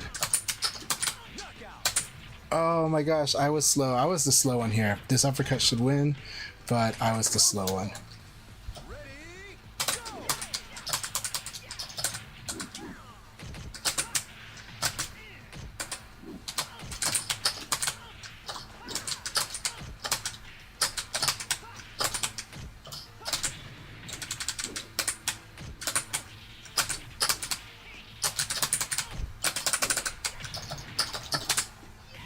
Good game, Vengeance. Good game. But it was used, so they used a kick which is 13 frames, right? I used an uppercut which is 15 frames, and I counter hit, so I should be fine. But I had 1 frame of margin of error, and so I must have delayed enough to be like 2 frames or worse, for the uppercut to lose to the kick. I did not buffer the uppercut after counter hitting them with the elbow. Now Leon's elbow doesn't get much when it counter hits, but it still gets some. It still gets like +4, I think. So it's fine. So yeah, very good games, Vengeance. Good game. Good stuff. We got to work through different layers there, right? The speed, the tempo. Tempo 0, which is buffer, tempo 1, which is delay, and tempo 2, which is extra delay. It's like ECD. Then we also got to deal with crush, and how we deal with crush, right? So, good stuff.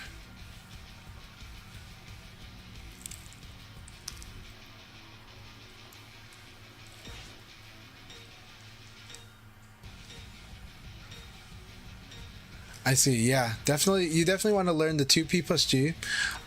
Against Wolf too, if he throws you behind him, generally if he's gonna do like a running tackle, you want to hold down but not hold guard. And sometime I can show you why that is. It's a weird one, but it's to avoid getting splatted into the wall or wrung out over a short fence. Ready, go!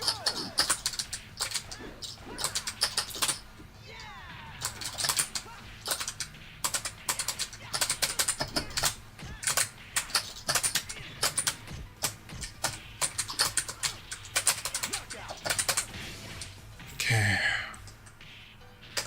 Round 2. Ready, go!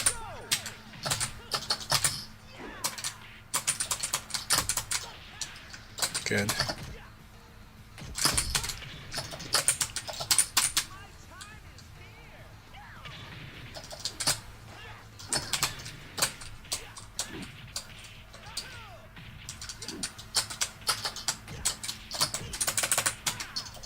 Should 4-4K.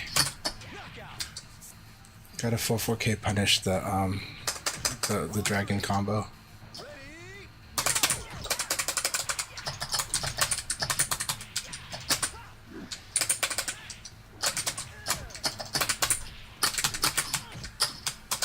Very good.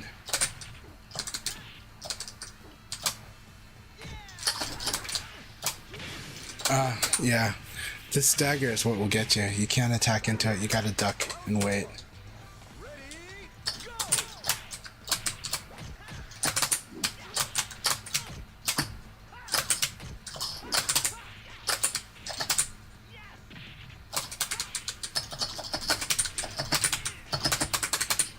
Alright. Thanks for the battle, Live Free. I guessed correctly. I guessed correctly a lot. Yay. Good games, my friend. But man, he look at Live Forever, played Kage, played Akira, played Jackie. And Kage is the foundation for Live Forever, but Kage makes Live Forever so strong at reading and seeing stuff and controlling. But thank you for the battle.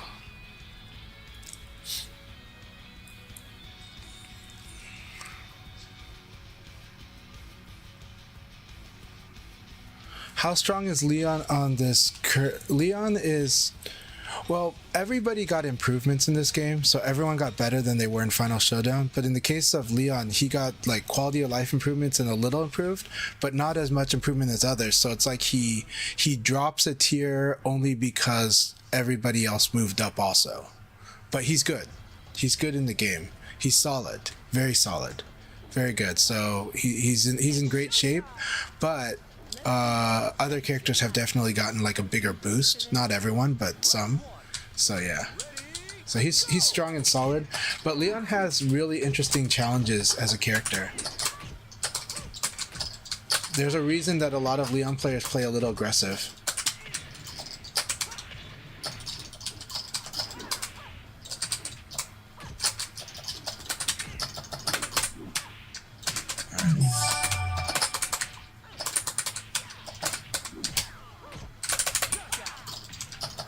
Very good. Thank you very much for the confidence, Live Free. Good game. Good game. Round 2. Ready,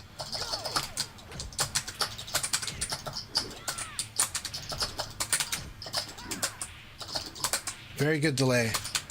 Good delay.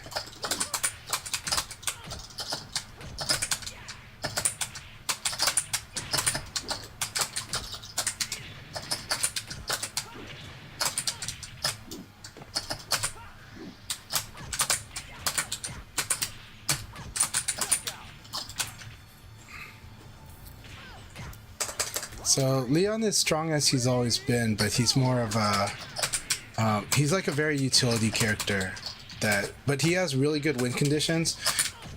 You could argue that Leon has the best ring out game in the game. I know people want to say Kage, but they're thinking too much about his throw. But Kage is really good, but Kage's is also quite technical outside of the fact that his throws can ring out, right? Like Kage has like not the same kind of wall game as Leon, but Kage has a really good wall game. but like it's technical. Just like Taka has a good wall conversion game, but it's technical. If Taka doesn't see the spacing right, and doesn't change his enders properly, it's like then Taka can like mess it up, right? Kage, a little bit that like it's like that, but less, but it's still technical. So yeah. But Leon arguably is like great on all stages. The only stages that suck for him is when he fights against Taka, short fence is like the only really bad one. And then outside that, high fence, some characters can combo Leon into a ring out right now. And even then, it's fine.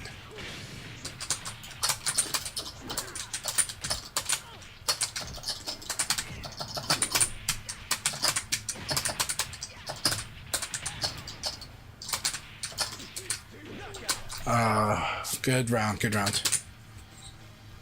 Really groaning on some of this, but that's me. It's for my decisions.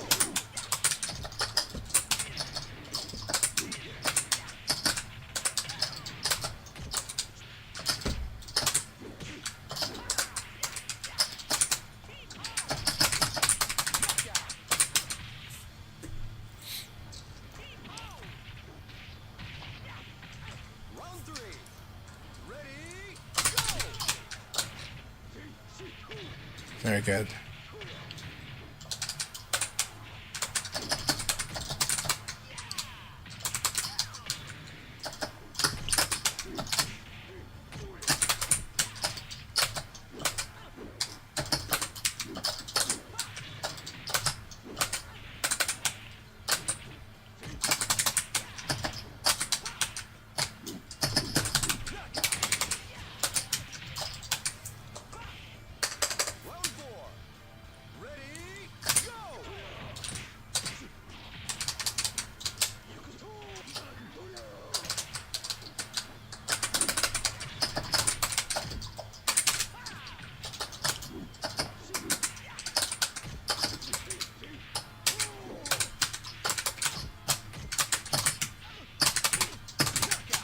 That was really good. Those were red hits.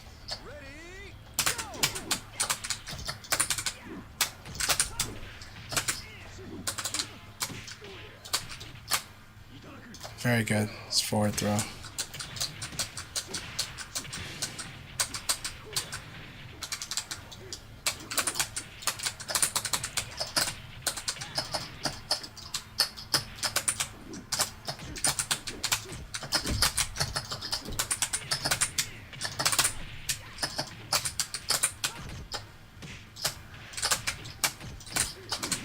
Ah, that's not what I wanted to do, but good game. Good game, Ripper. Good game. Damn. I didn't let go of guard, so I hopped on accident. But it was good stuff. I choked under pressure, and it was a really good fight. It was a really, really good fight. So I tied for first? I think I tied for first. Yay, General Ripper and I tied for first. Yay.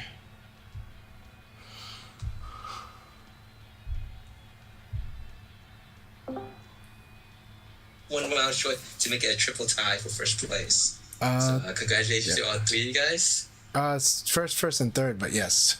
Yeah. We did have one three-way tie for first place before. Do you remember who that was, Chan Chan? I don't. Well, that was a long time. It's like Yumi and Setsuna. It was between you, me, and SF Punker. Okay, yeah, that was a really fun one. Yeah, and it was actually that was like the second or third league in which we were playing that day, in which we got all a three-way tie. But like one league before, it was a three-way tie between you, me, and SF Punker also for second place. Yeah. What was the five-way tie that happened before? Did we have five-way tie? There was I think there was a five-way tie once. And it was like, what the heck? Yeah. For the purpose of the ties, like first, second, and third, I just put asterisk marks, so everyone's considered a first place finish in that one. Yeah. Alright, we will begin now. Yeah, they still just kind of work on the. They still count on the leaderboard because it's just we're just tallying up like number ones, twos, and threes, really. So yeah, there is a downside to not tallying up fours and fives, but it rarely plays, but it does play sometimes. You know, if you don't count fourth place, fifth place, and all the other places in the scoring system, you may sometimes have a situation where somebody who's not going to get into the top three might have a reason to like throw a match. So it's kind of the funny thing about different types of scoring systems, you know.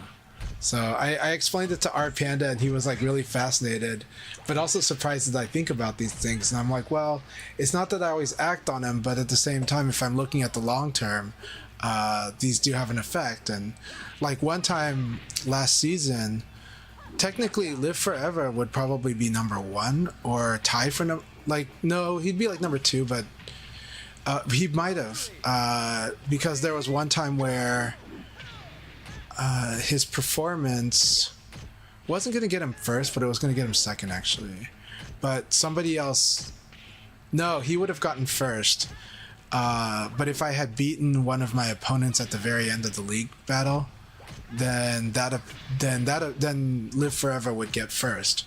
But because I lost that battle, Live Forever got second.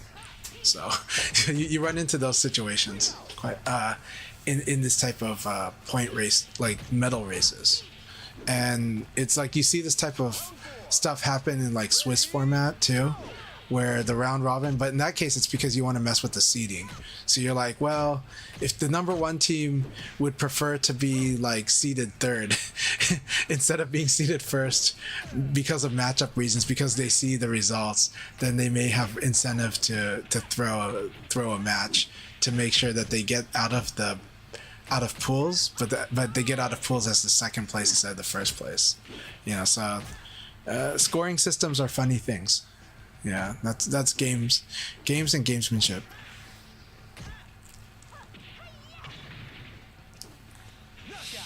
Yeah, but why did I say fourths and fifths can matter? Because the fourth and fifth mattering can disincentivize somebody from completely throwing a result just a little bit if they were to game the system. Then, and again, these gamesmanship opportunities, they only happen because you get to a certain spot first. Like, you have to be in position to win or position to compete before you even start considering that these effects might matter, you know. But if you know you're going to get fourth place, then that incentive to sabotage a result or to throw is just a little higher. So, it's funny things about scores.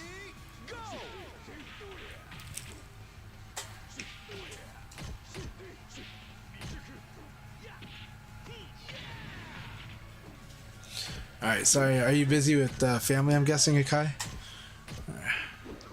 Oh no, I got disconnected from the Discord. Are you here, Akai? Can you hear me? Okay. All right, I'm back. I'm back on Akai's stream. Can you hear me? Oh yeah, I can hear you. Okay, sorry about that. But the good thing is your stream was spared from listening to me talk about gamesmanship. Your stream was spared from listening to me talk about rigging points. You know, like sabotaging your own results to make the scoreboard, the leaderboard work better for you. But I also said to do that, you have to already be in position to be kind of winning. But then why I said like not counting fourth, fifth, sixth, all the other rankings is that like let's say I'm in a position where I know I'm not going to get top three, right? Then I might have incentive then to completely lose the last game in the league, right? And so now that incentive is just a little more because I know that my fourth place or fifth place is not going to count. Or they leave the league. Yeah, you know, stuff like that. Yeah. So every system has its issues. It's just about scoring. Yeah, it's like it's not about best and worst. Now, as humans, we want scores to represent best and worst, and everything in between. But when it comes to scoring, it's still just math, right? You know, so it's like, well, how's this math constructed, and what are my goals, right? You know, when someone says my goal is to be number one, then that could mean, yeah, I want to be the best, but it also means maybe I want to kind of help reduce the chance that the other person competing for the best gets the best, right? And then it's like, yeah, well, this is scoring in a nutshell. You know? Yeah, but the main thing is I have been keeping track of stats since 2022. So we kind of did this more of like a set way of doing things. Yeah. Do have to update some stats here and there. But the good thing is that I find is that it's a lot of information that can be useful if we want to do something more out of these sessions. So, it's just sometimes it's neat to just kind of, for a person like me who likes baseball and kind of keep track of that, listening to people talk numbers about baseball, these are things that I just enjoy. Me too. Baseball's awesome because it's a turn-based sport, and then which allows the stats to be even like a bit more concrete, right? The stats are still important in real time, just that. But baseball really has a nice way of isolating it too, and just so many factors into like how to construct the win or to construct the result, really. So I still have hopes over like to try to do some type of playoffs. Just like this is Virtua Fighter as a example. B-Try Cup. B-Try Cup doesn't happen every year. It just kind of happens when it happens. But they keep track of all the events that has happened in between B-Try, so that when they do actually host a B-Try Cup, they can just tally the point systems that they have for those events that was happening in between the B-Tries, and use it. So I have 4 years of data, so if there's enough interest in teaching people, we could try something else.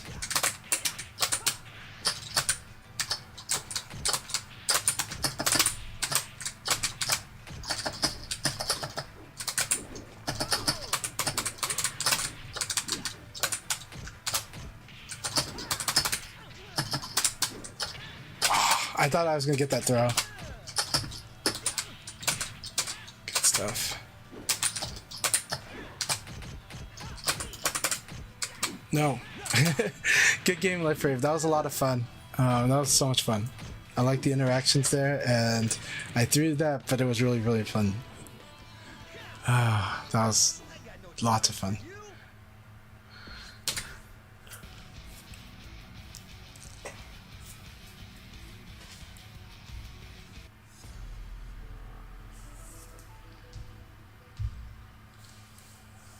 Next big event for North America is Ryan Hup's Yeah, the Reinhardt Cup. RM2.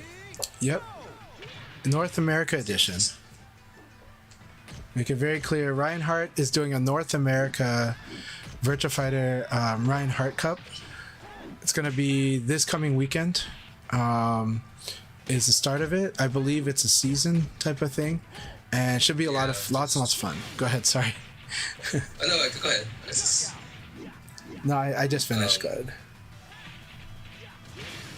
Yeah, there's going to be 4 qualifiers, so one in July, August, September, October, with the finals happening in November. Similar format to the one that he did for Europe earlier.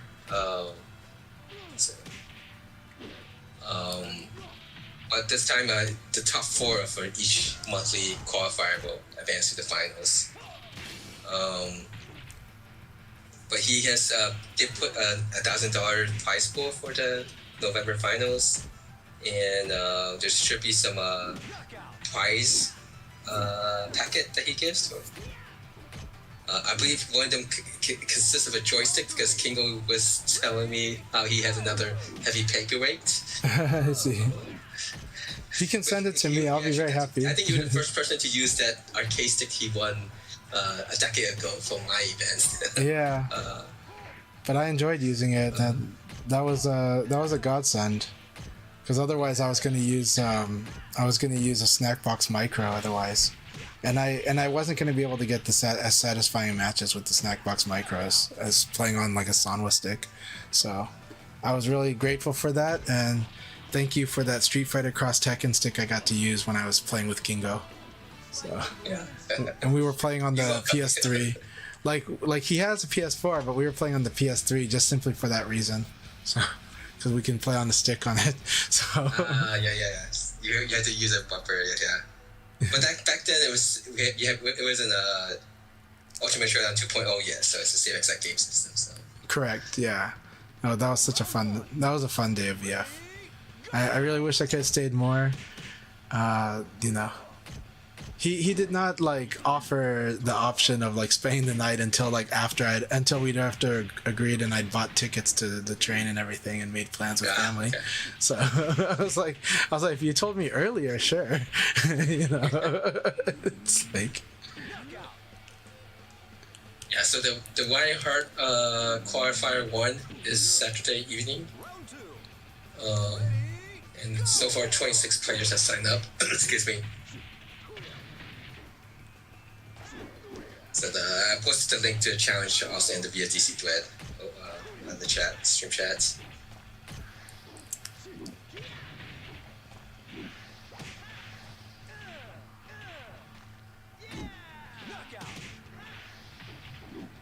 Live Forever is like, you gotta guess. So, and if you don't guess, I'll keep running. Alright.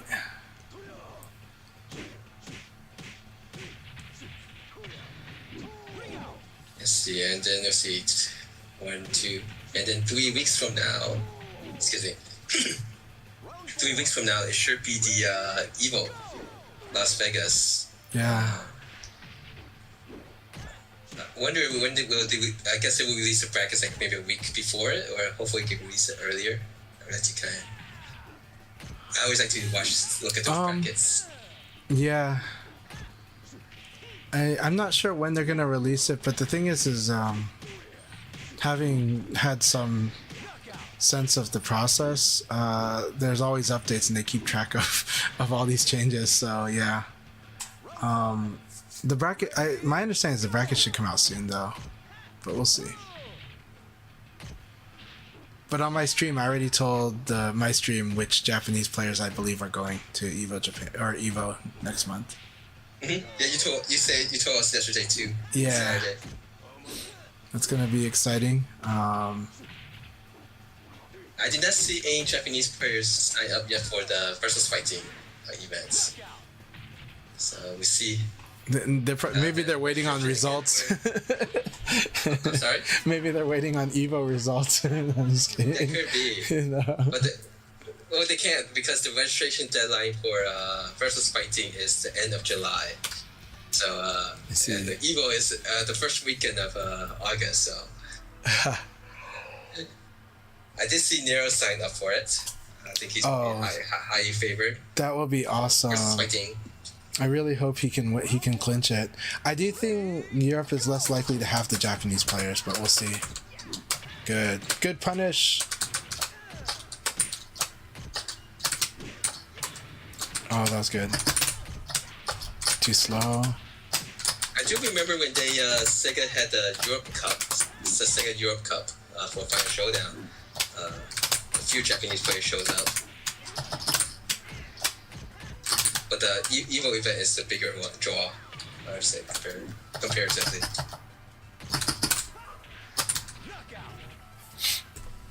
I wonder what was the decision why they chose versus fighting over EVO Nice. Maybe. Well, when was EVO Nice announced? It was like end of last year, right? Yeah. Oh no, it wasn't announced till like February. Right? It was like announced like early this year, but no, it was before Revo. Yeah, it was last year. It's last year. But that that would be like November, right? Even East. Something like that. October. I know that, like, yeah, because we weren't having this idea about even VF6, but Maybe it's the first time that event is happening in Europe, and so the Versus Fighting event series has been going on for a while, so that might be more dependable on getting to work correctly, maybe. But Nice would be kind of more centrally located for the but I Europe region. yeah, and also it could also just be Sega is in London, right? Sega Europe is like London, isn't it? So, but also the prospects of where they think they can get the VF community out, because I think with the VF community, it's really hard to get the French out, to be honest, in my experience. But the UK always at least expresses that they have resources to, like, people that would try to help do the event or attend. But that's overthinking it. Whatever reason is, versus fighting was easier for them, maybe. But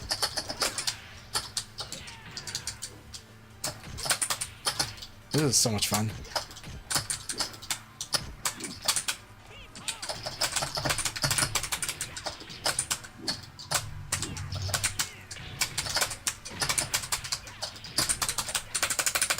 Yay, I guessed right.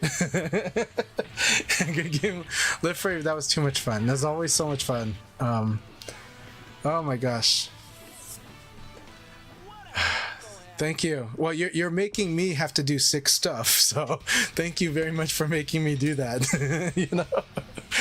So it's like it takes 2 to tango, and I'm glad that I'm not making you dance solo.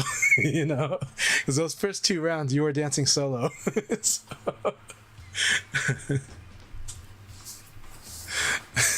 So, no, thank you very much, man. Give you a big fist pump. Sorry about the ads. No, I understand. Nice. Yeah, there's a DX Law from Europe. It's just started playing that long ago. It looks very promising player that I said that. You said DX Lau, or what was his name? Yeah.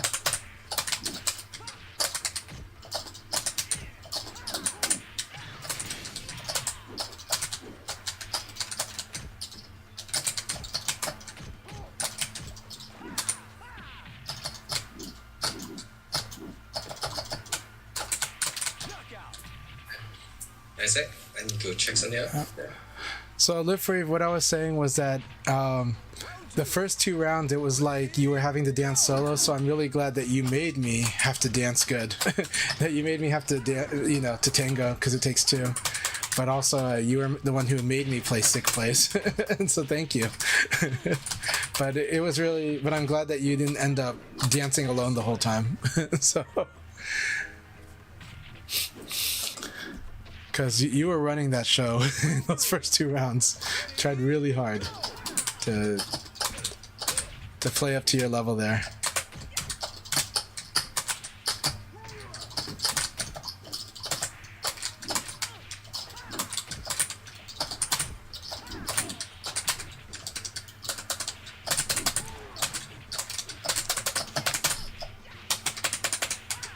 All right, you got the Sisha?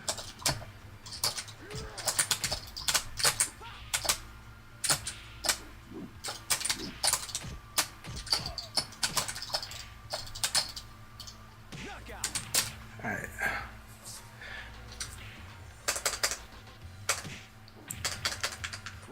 I'm going to try one strategy against you this round. We'll see how you react to it. How will you react to this strategy? Good.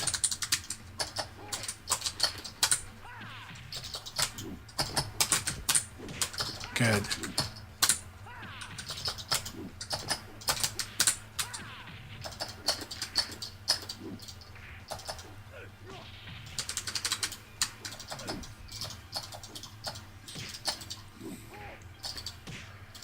So don't be afraid to attack with Jeffrey, because Jeffrey actually has really good attacks. I know it gets scary because I try to evade everything, But just remember that regular high throws will beat the evading and stuff. Let's fight now. We're gonna fight.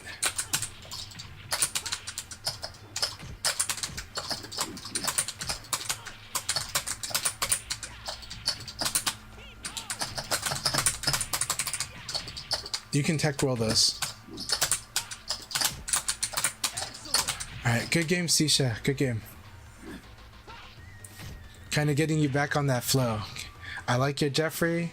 It's playing patient, but we're remembering how we buffer in VF. Jeffrey actually has some scary pressure with the strings. Against lightweights, Jeffrey can win neutral a lot, but also can out-hit people if they evade an attack. So yeah.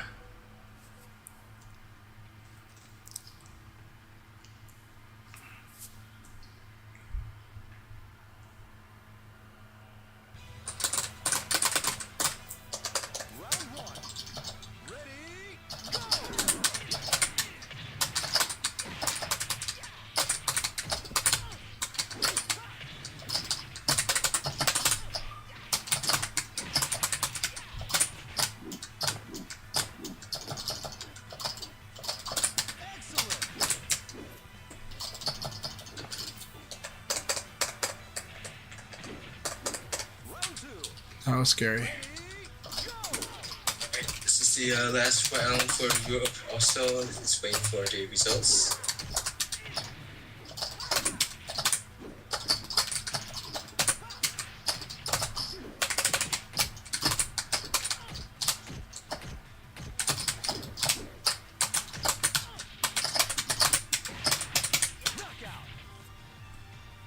Wow, I think this for 3 leagues in a row in which we got congratulations first DX for getting first place with LOL.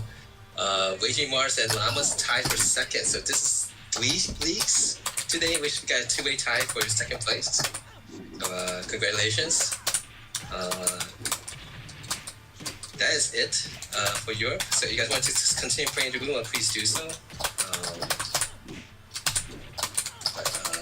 Yep, I had to go step out just quickly to do something. So quick play in the room you guys want to. I might play some matches in the Europe, the PSN side. On Europe? Yes. Oh, I actually might play with you Europe. like? Yeah. Well, you said PSN, but on Revo, yeah, I like playing against Europe on Revo. So I like playing on the Europe side too. It's a lot of fun. There's people in the room with the PSN side, so I joined there second. But then we go take care of something in the house. You can play against Europe if you want. It's a good opportunity, and it's good to get those matches in if they're willing. So, like, I enjoy fighting the Europe a lot on Revo. I guess do the Europeans want to actually play where they have the delay settings and stuff? Everyone has said yes. Alright, I'll be right back.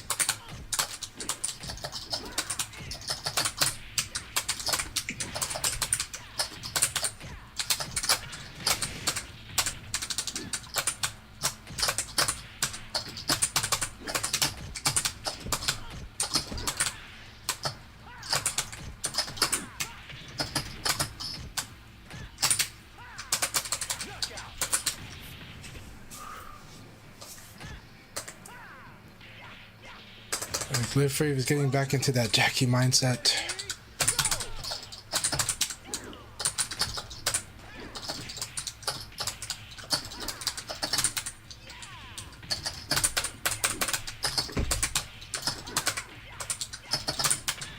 Nice. I love that 6K. That's the Jackie mindset.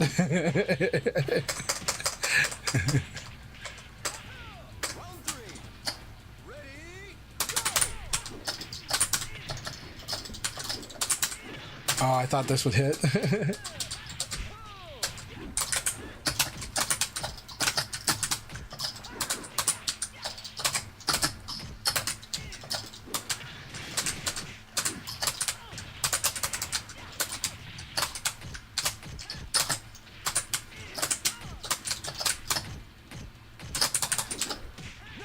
Very good evade, just that bam, bam, bam evade. So good.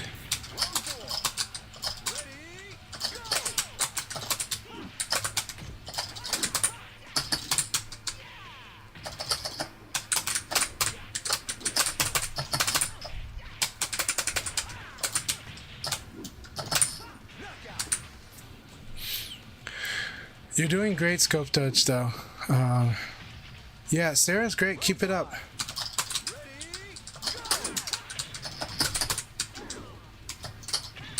Ah, hit down.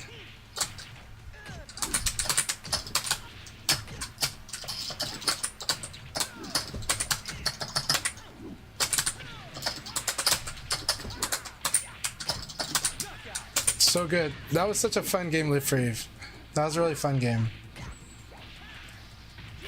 I like this beat knuckle choice right there too.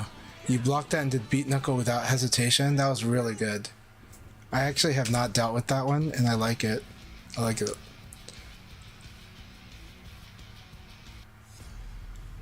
That beat knuckle right there is really good. Really, really good. I have a lot to think about.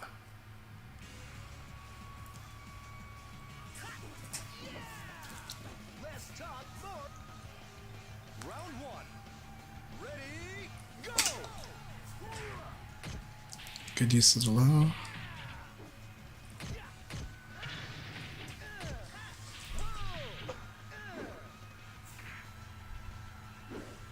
By the way, Jim Haney, thank you very much for the games too. Really appreciate you. I really appreciate you joining us and sparring with us. It was fun. Keep it up. Round two. Ready, go!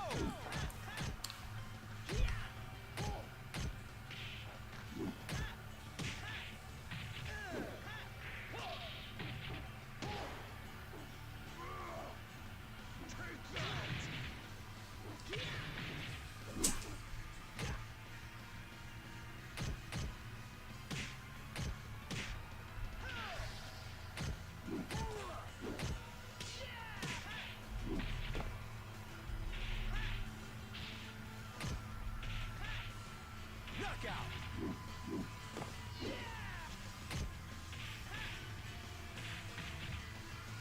Round three.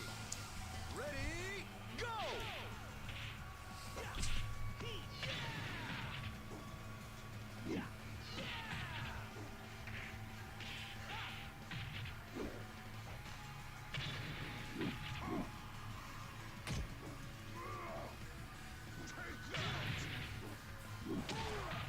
Ring out.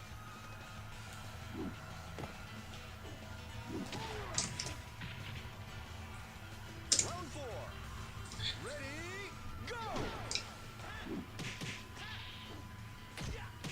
Alright, let me go wait to the South America tournament, and then if there's still people playing the PSN room, I'll just play a little bit there.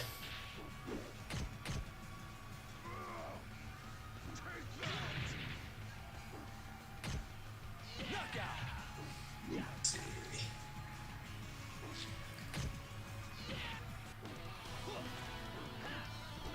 It's like you're moving in slow motion.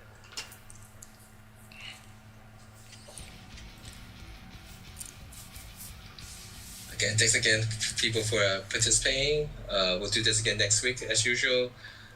Saturday's North America Steam, Europe PSN. Sunday is Europe Steam, North America PSN.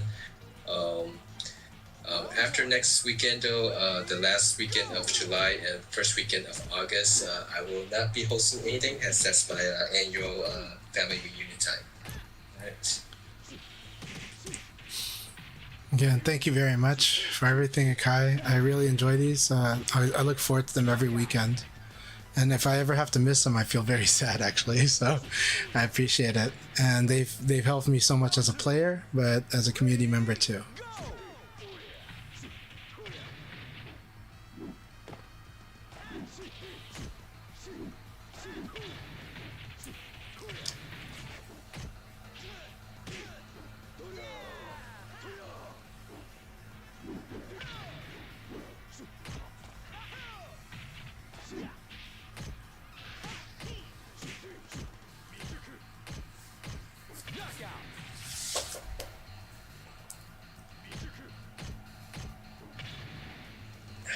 Round three.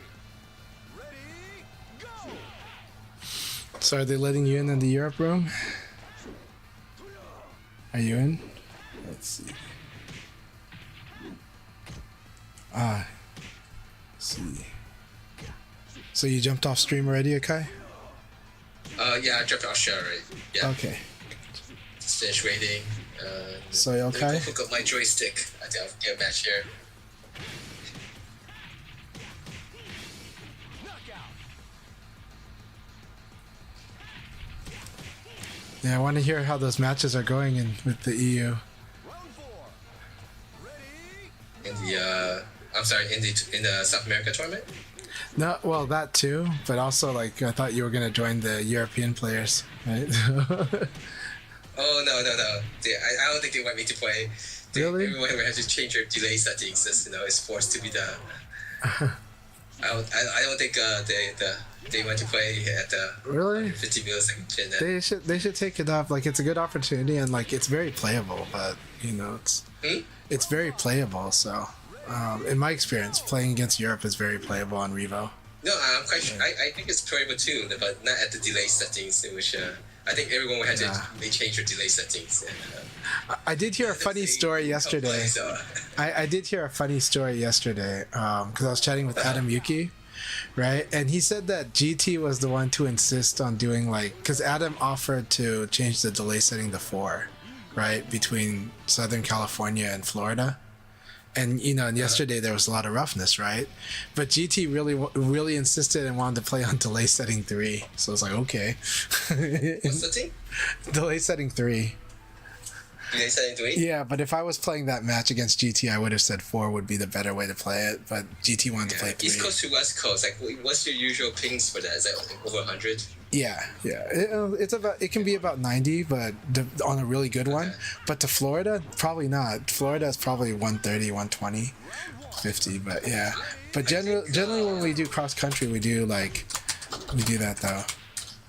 I think whenever I get a chance to play with you, my delay set, my ping is usually something around 70, I think. But there are some players like from the West Coast that have that is like 80s to 100s.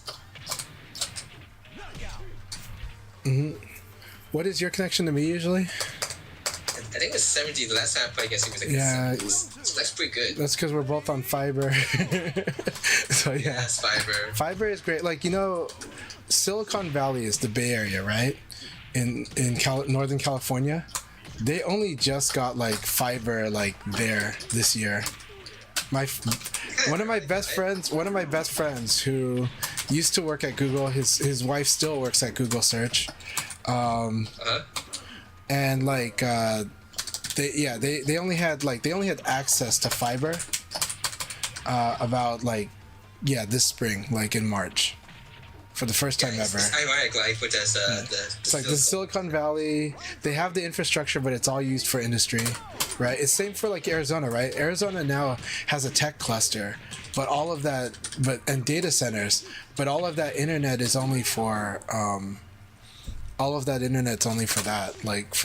the industry use. It's not for commercial use. And then, for residential use, I thought I skipped that too.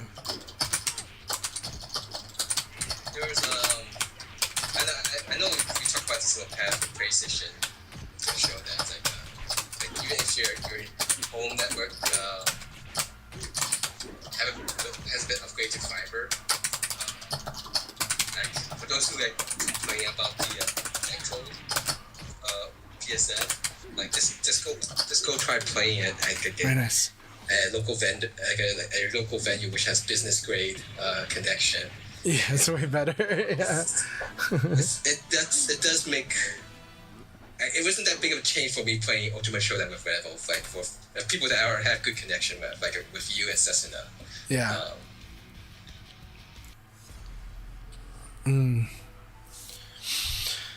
Yeah, I mean, it depends, but business grade is interesting because depends on the company that's doing that service. Because sometimes it's just not all it's cracked up to be, so it really depends on who's providing it. And but in some areas you don't have many choices, but you only have the small guys to choose from. So yeah, I do wish I do see internet as supposed to being a utility, right? And something that should could be more publicly provided, but you know, the country has different philosophies in different places about that. I guess I also mentioned like how level. I'm not sure if they actually improved the netcode or they just arbitrary like just subtract 20 pings on the display. Yeah. But like me and Tenguman. Tenguman is from the Chicago area. I'm from St. Louis, so there's like a 5-hour drive. 5 hours drive, so about maybe 300 miles apart. Yeah. It was 30 millisecond pings between us. Oh wow, really? Mm-hmm. I'm under because I keep being under the impression that Chicago internet must have a lot of issues for some the players. Yeah, you know, Tengu Man is just in a very special area, a special zone that has fiber or something. Yeah, like. Yeah, I'm not sure. Does he has fiber? Because I think in the past you mentioned that he doesn't have fiber. I see. But yeah, Subterm says that most of Boston does not have fiber, so it's basically locked under Comcast, so cable. But that's Boston. But you know, we've had interesting experience with players from, right? Like consistently, we've seen the players that have had trouble with connections. Some parts of New York, Chicago, and in my view, southern border states. Have definitely had it rough, right? And so I have to hear them out, you know, like it's I don't want to dismiss when they're saying like how frustrated they are with the netcode, and then you and I are experiencing like on like fiber, so it feels better, right? Or it feels good for us, you know. I mean, I think you and me both have the experience of playing on less than fiber at the beginning of Ultimate Showdown, right? Yes. You improved your fiber connections later on. I had, because I had the DSL, and then I had the capped fiber, which I didn't know it was capped until I talked to the until I talked to the provider, and it turned out that they had kept it capped because they were giving me rates from like 10 years ago, and so they didn't want to they didn't want to give me the bandwidth that like I could have gotten. So it was really interesting. But you know, but even then, it was pretty solid because it's different from a cable. Cable, the problem is shared, so there's a lot going on, a lot of noise on the way. Fiber is just like it's a more direct pipeline of data.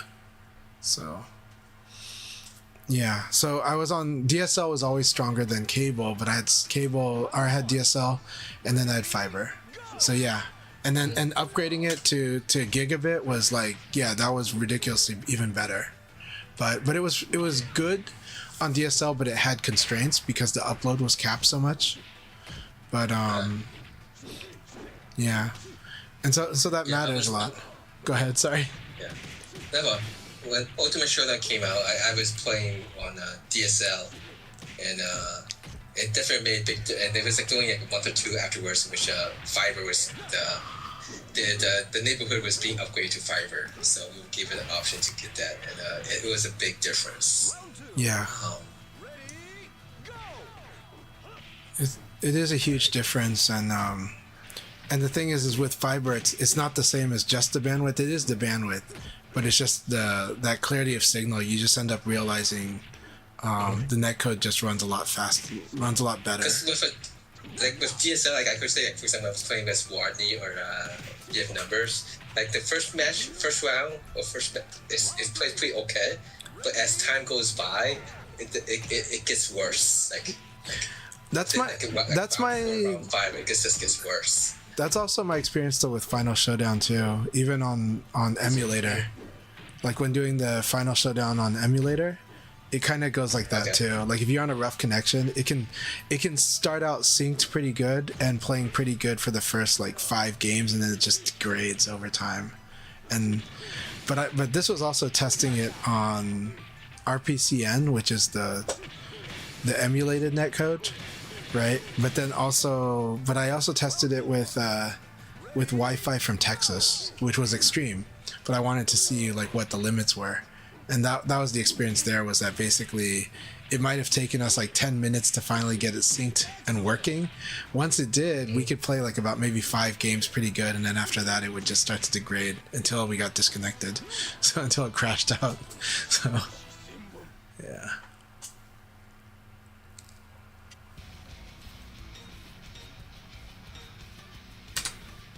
I see. Springlogs. Thanks for the.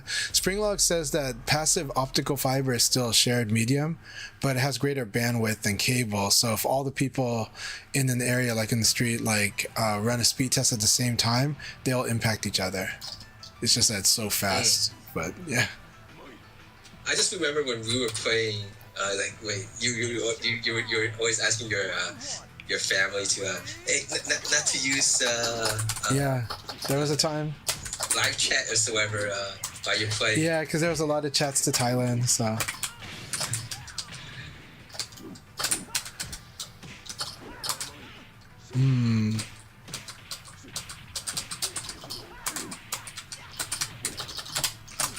Ooh, I like that.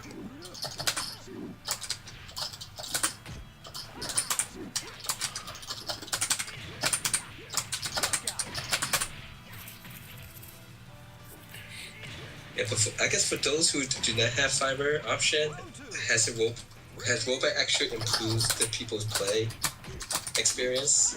It seems like it has for a few people that have heard their experience. Mainly those from Australia.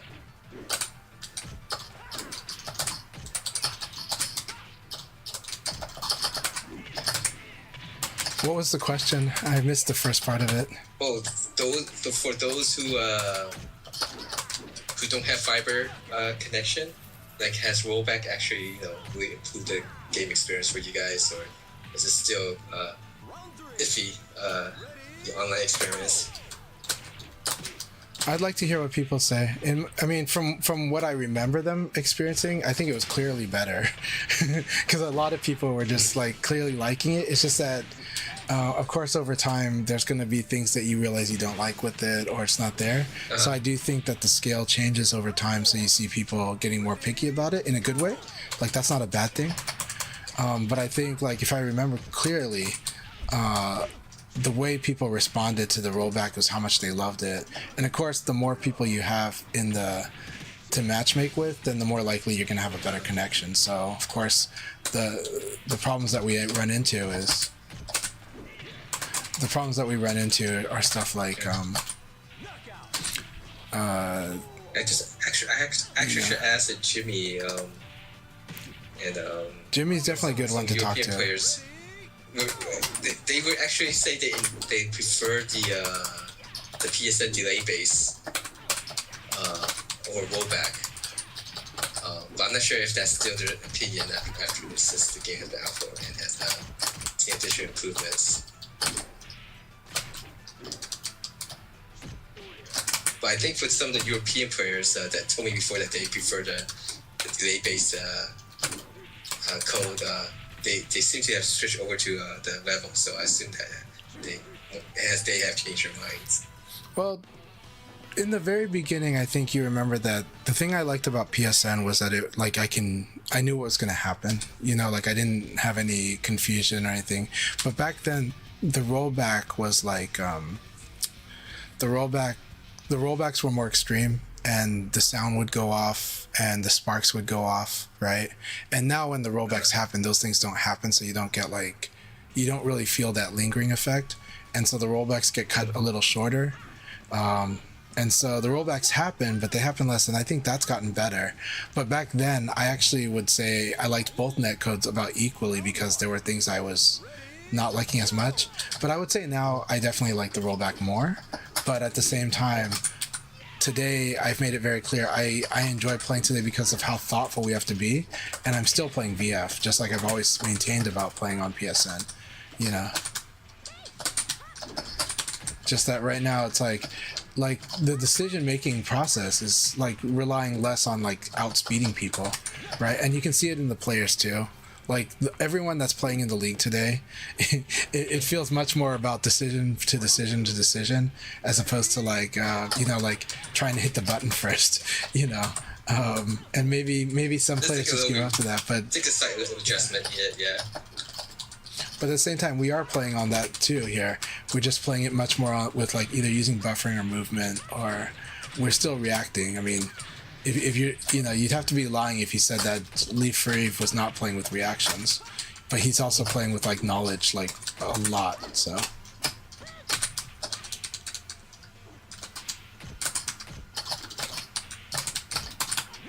Very good. Thanks. But yeah, so it's been, you know, and like right now, you might be getting used to the speed of this game right now. Mhm. But I like it, and I see it as a training tool. But I've always looked at, that's just how I look at things, because I'm like, well, I'll control what I can, and what I can't control, I'll just, you know, try to manage around it.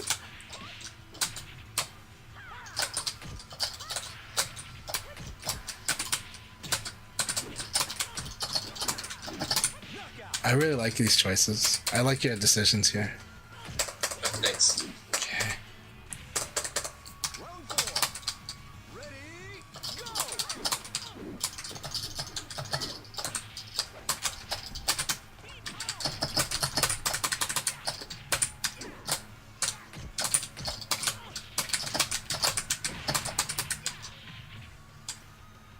Oh, Really? the buffer. Yeah. It's all good. I think that slight pause was your move thing came out. Yeah. It's like, dang it.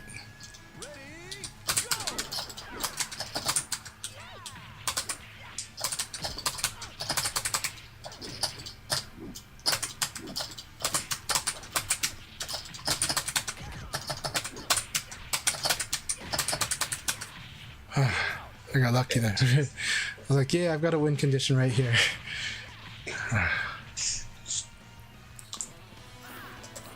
But again, I did not appreciate how strong Leon's wing out game is until I play against Mental Animator. Yeah. Which, Mental really likes to wing out. yeah, well, Leon is. I think in Japan they consider him the best at ring out now. So, and that's not like a new thing. I think he's always been strong at it. It's just looking at it that based on attack, based on throw. Throw is more repositioning, but because it's based on attack, it's just more reliable. With Kage, we know for sure, but we're worried more about the throw.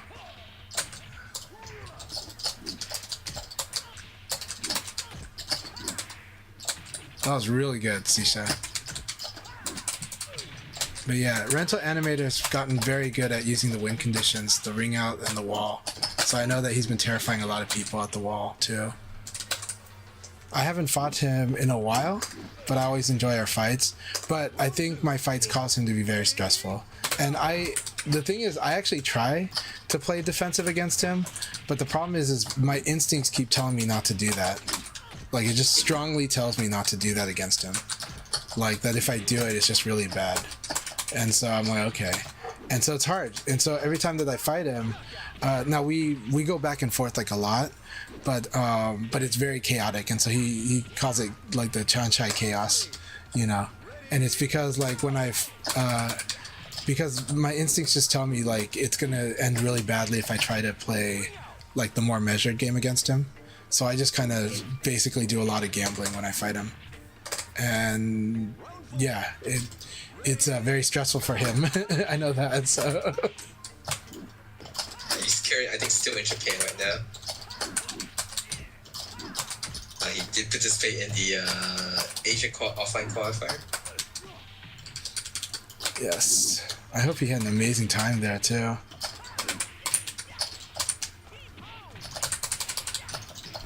Sisha, you're doing really good though. Yeah. I need to use 4K punish, but at least we're getting there.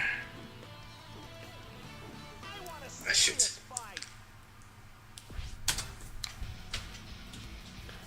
All right, what did Leave For You say? I didn't see it on the message. It just barely popped in. Did he say like last one or something, or good game? Oh, me? Live For You. Me? Oh, hey, Joel Perez. Joel Perez says hello from YouTube. So Joel Perez is someone we've kind of known on different social medias. So.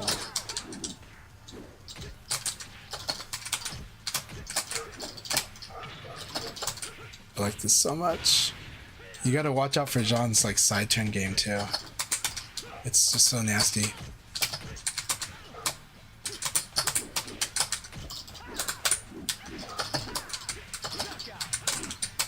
Good use of these effective moves. Very simple. Keep it simple. Round two. Ready, round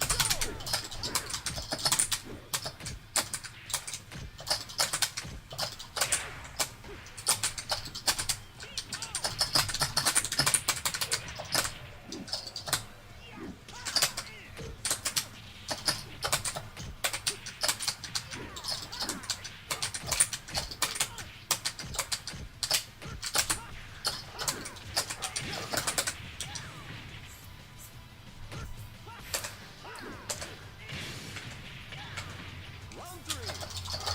Ready,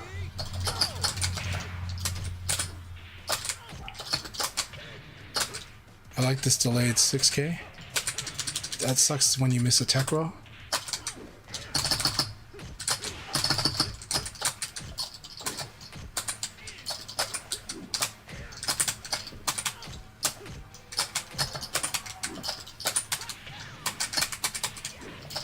Really? I hate John. I hate that John has this accelerated fall on some of these. That's so annoying. ready,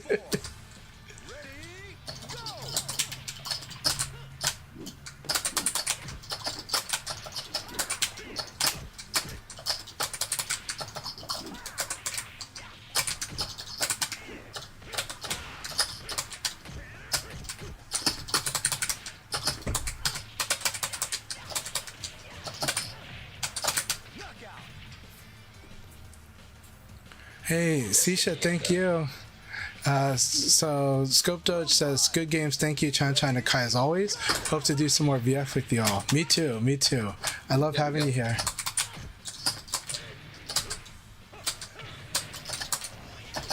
Always nice to have people come back. So whenever you have free time, C-Chat. Yeah, I was just went into Rebel again just to see what is Rento's wing out percentage. Ace in rank mode. 14% of his rounds won was won by wing out. Yeah, that's because Walls counts for a lot. So- I think Shidosha has a very high wing out percentage. I think it is. 20%. Taka's very good at ring out and like, yeah. Short fence, high fence, huge advantage on those, and ring out period. Yeah, Taka's good at the ring out. Taka's not like amazing at the ring out, but he's really good on short fence and high fence ring outs, because that's something he has over everyone. Round one. Ready, go.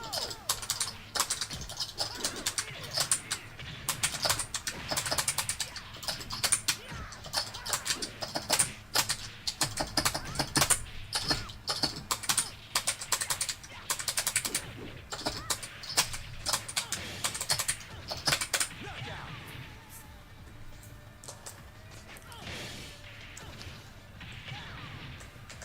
Round two. Ready, go.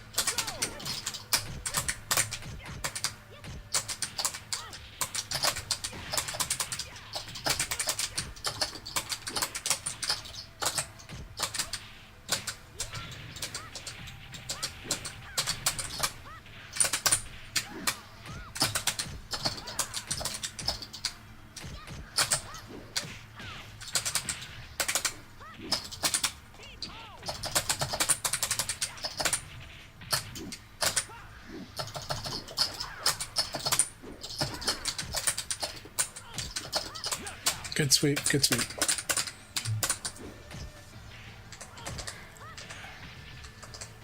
Oh, sorry for the misinput, Leaf. Very good. Very good, There it is. Oh, it's so good. Mess up.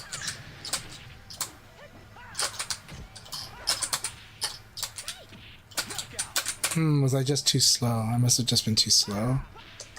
I think I have to do it sooner. The attack or the door escape?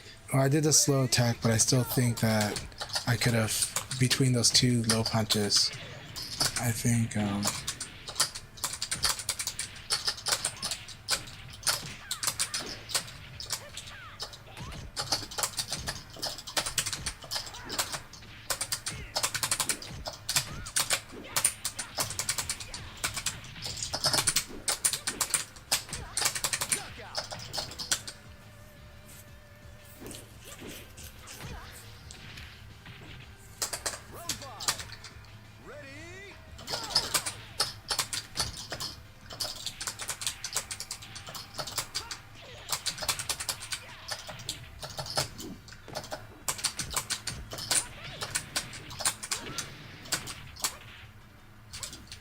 So good. Knockout. Nice. I like that choice. Thanks. What is that move again? This move here. right Down here. P 2P plus KK. The second kick is special high. Like called No, side that- turn now, which is really strong. That's down P plus K. Okay. 2P plus K. Yeah. It's one of my more favorite moves now to use. It's really nice. It's a nice, clean way to maintain like pressure on someone waking up. But if you basically just duck to make the whiff the special high kick, no, you could. But then you have to worry if he's going to the if I do the third attack string. Round one. But Ready, go. it's good. I like it a lot. Okay, so Spring Log says, Akai, please win so Chanchai can read the chat. Yep. Okay, there is some stuff that I did need to read for Spring Logs, but Nathan Basic said, I have a 10.44% ring out win rate. Is that low or high? I think that's about average, right? 10.4? I'm sorry, how much? 10.44%. 10.5%. I have a very bad ring out percentage, so Yeah, I think 10.5% is a pretty good percentage. I think that's pretty normal. Just a guess. Springlogs earlier had a good question too that I am missing, where it says how to manage your VF when you're viciously competitive and you see no success. So this is when you do something competitive, hopefully it's something you really enjoy doing or you're already really, really good at. Now, if you happen to be just really, really good at, but you don't particularly like it, this could be good because that's kind of like the advice that like if you get a job where you're really good at it, that's kind of better than just simply because you like it. Because if you're good at it, you're going to do well. And if you're good at it, you know your value, you can negotiate. So generally, but then when we talk about games, this gets a little complicated because we play games for fun. Now for me, I just love VF, so I love playing VF, win or lose. Am I competitive? Yes, I am. But I just kind of, for me, I focus my competitiveness on myself. And also, I focus on it a little differently than just win or loss. Win or loss factors in. Win-loss does factor in. I have pride in that too, but more so than that, it's about little goals and big goals. What is my ultimate goal? I want to play as best as I can in the game. I compete against myself. What are my mini goals? I want to start accomplishing these little things that I think are kind of easy to do but hard to do in a match, and just kind of build on those one by one, right? I would like to guard punish more. I don't do it that much. I'd like to duck and punish more. I don't do that nearly as much as I'd like. I'm still very strong, but my goals are still kind of focused on that. But at least I can sometimes see the progress. Sometimes I can really nail it. Sometimes I can do a lot of cool stuff in the game because I just love playing the game. So sometimes it's about your goal setting and what would make you keep motivated and keep getting better. But if it's just win or loss, that's okay too, because a lot of people are wired that way, but that is like the most stressful path. It is the most frustrating path. And the problem is the path of win-loss is what we call the zero-sum game. It means there's a winner and there's a loser. And feasibly, there can only be one winner for each tournament under this focus, unless you scale back that expectation, right? If the only thing that's going to make you happy is to win every Evo, that's how many people have won how many Evos? Not many, right? How many people have won 2 Evos? Really not many. Most people have not won 2 Evos. So if that's your justification for happiness and success, well, you're a failure by default and you have a more than 99% chance of failure. So if you can adjust your goal setting and you can adjust what is acceptable for you while still being competitive, it helps. But if you only look at win-loss, it's easy to misunderstand growth in this game, because you can be getting better while getting worse results in this game, because this game challenges you on so many skills against other people who are also trying to improve. So yes, I do want to win every fight. I do. I scale back. I create mini goals within the fight sometimes because I have other goals too. Like I want to teach more people how to play VF because I would like them to push me the way that my best opponents push me. Because I want VF to be popular and have more people playing. Right. I would like the growth of VF because that's more fun for me.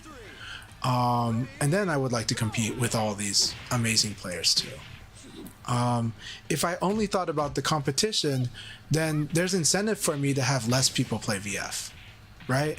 If all I want is to win, I might as well play in a small pond in a game where I'm always going to win and nobody gets better and nobody cares for the game, but I care. I'm not saying that's the only way. I'm just saying that we can take things to extreme. And, but I try to look at a holistic view of this game that I love. And I love to compete in because I just feel like fighting in this game feels so good. So for me, I live for the fight. Having a really good fight with Live for Eve is gonna make my day. Like even if he wins, it's gonna make my day. If I fought it, if we did amazing crap together, you know. So that's how I feel. So I hope that makes sense. I hope that makes some sense about that perspective, but it's not wrong to perceive the way that you do. I just adjust my goal setting too. But I also remember why do I do this, right? And I do it because this game is just fun to play.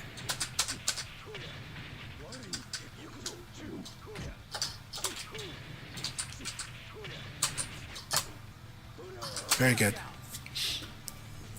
AKAI'S ring out's less than 5%, and I would believe that too. AKAI doesn't really aim for. Well, it's just that it's not on your radar. Like I never see it on your radar. I have been working on trying to do more ring out and be more awareness to stage. Yeah, but it's also character too.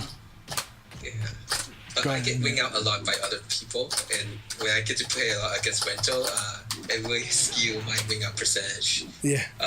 So how many times the percentage that opponents not wing me out is at 7%. My winging out opponents is 3%. Actually, it was like in the 2% or something. I just started learning to do more wing outs now, so it has slowly gotten a little higher. But I say 10% is above, slightly above. Let's see.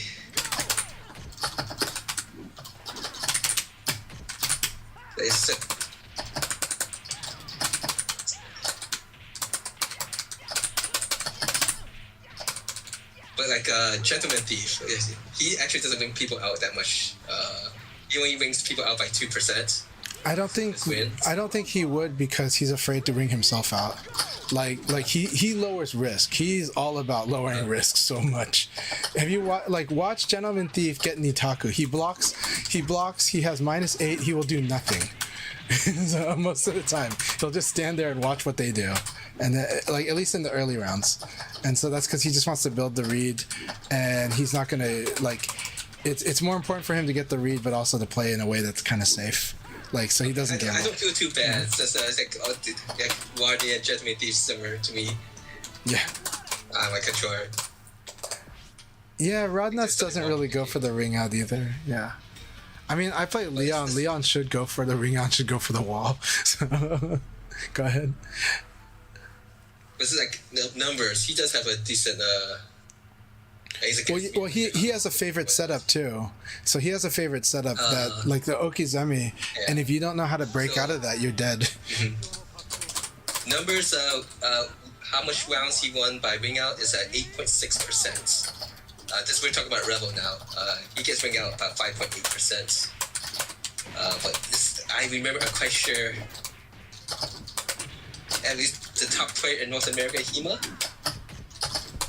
Let's see.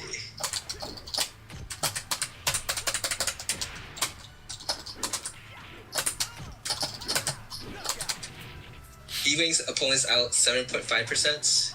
He gets ring out about 6%. That's actually surprising because Hema definitely goes for win condition, but then again maybe it's because of Jean. But like I know his Jackie will always go for a wall combo, and his Akira will go for ring out like quite a bit. Koronraku, who was in the top 8 finals for the North America regional finals, his wing out percentage of opponents is 9.3%.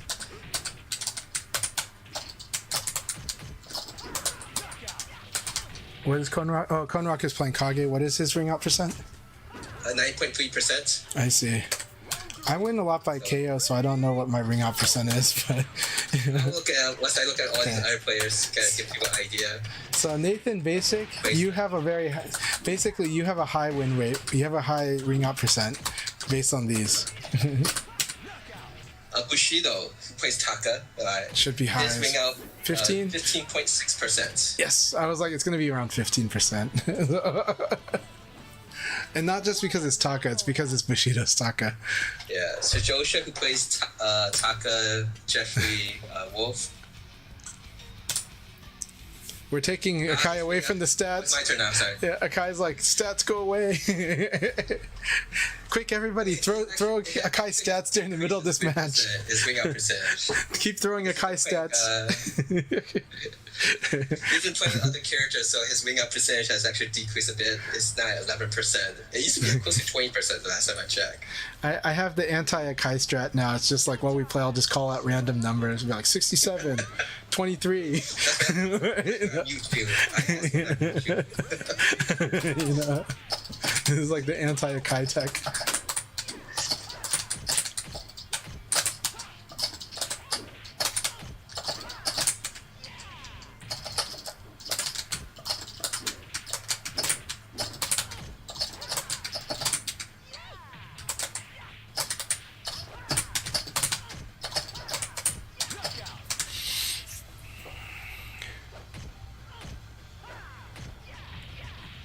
Hey Skiddy, it's been a while. Hope.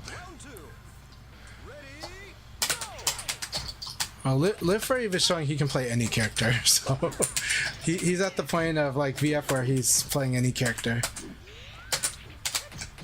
Though he's tired of playing John right now.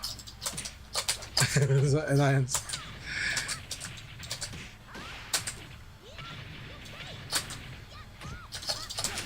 I like this in the sweep. Boom. Really lulls me into that. It's like I so want to evade after that. Why?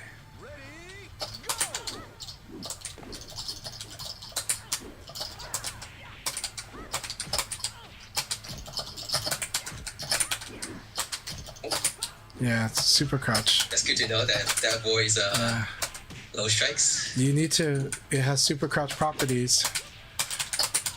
I call it super crouch, and then Numbers was like, well, I call them moves with evasive property. I was like, yeah, but that's not specific enough for what people are asking what's happened there. You know? I was like, super crouch is when you can go under certain mids, you know? And maybe even hard to crush.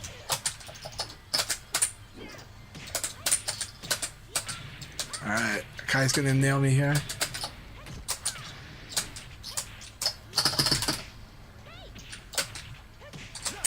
I like that 2P plus K. Jeez.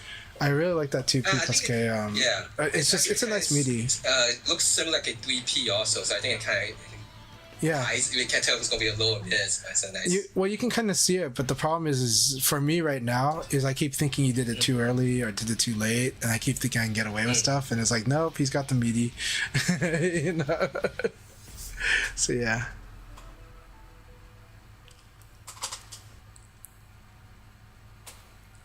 I think this once I lose, I'll call it at the end of the day. 4:30.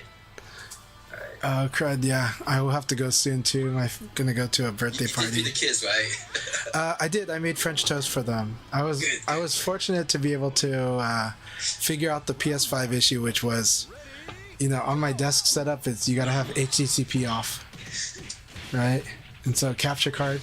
So you have to. So you can't like even look at the screen. You're like, it's not even outputting because the capture card is an HDCP device or anti.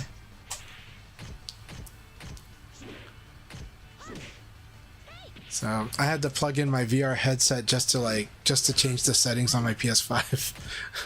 But changed the PS5, made sure everything was good, and then I made French toast for the kids. Fortunately, French toast is easy to make, but The best way.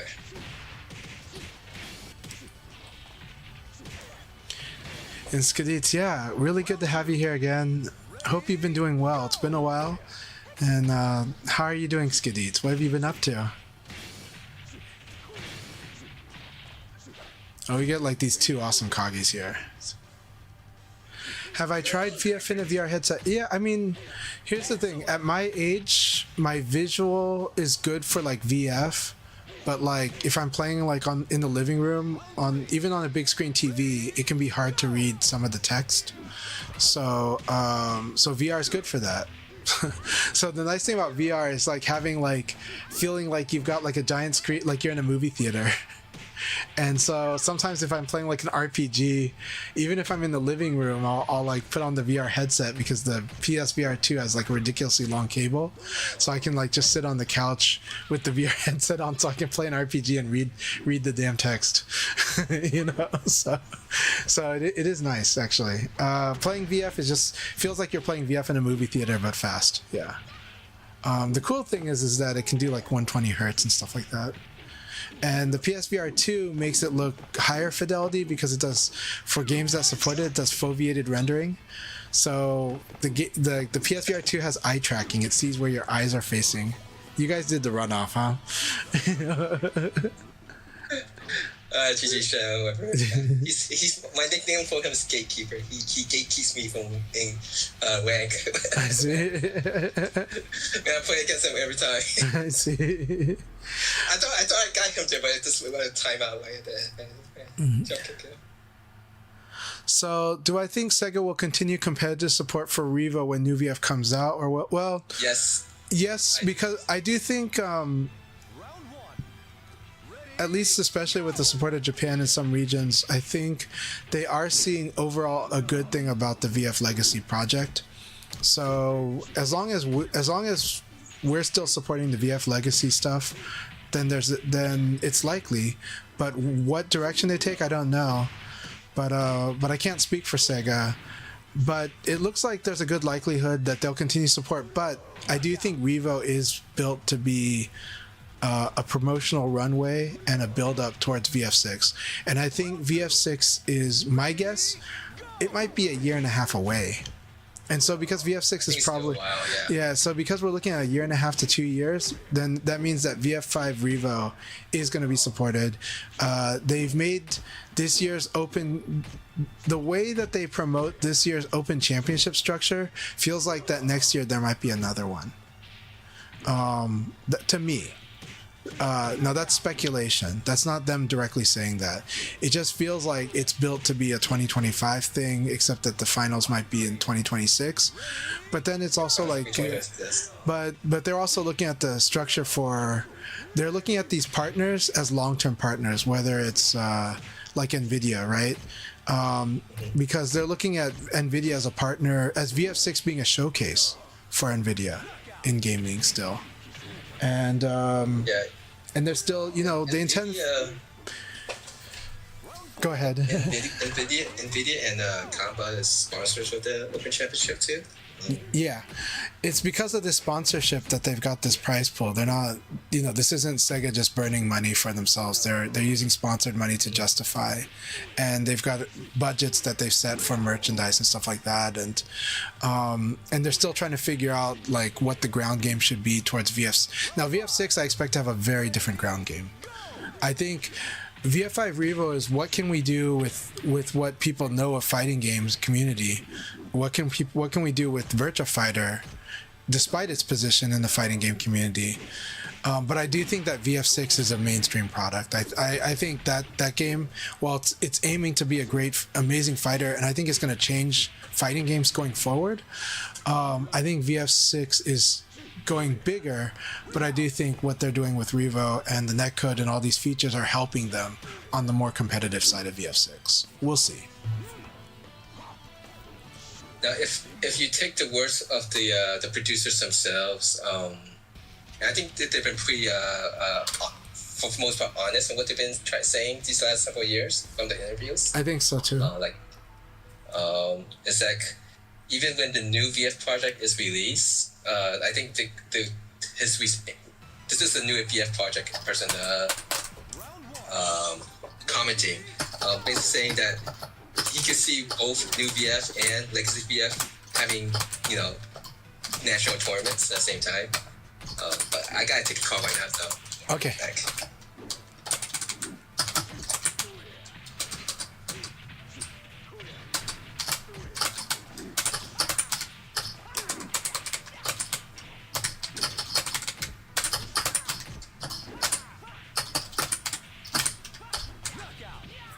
That was an intense round, Lefreve. Very intense. I wanted to show you new stuff too.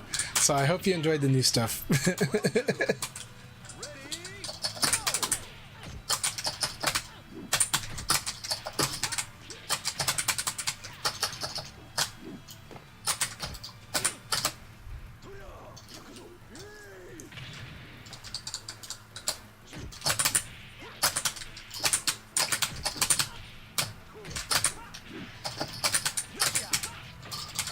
I know that you still got John and Jackie in your brain. We're working it out. We're getting the Jackie and John out of your brain right now, but it's good stuff.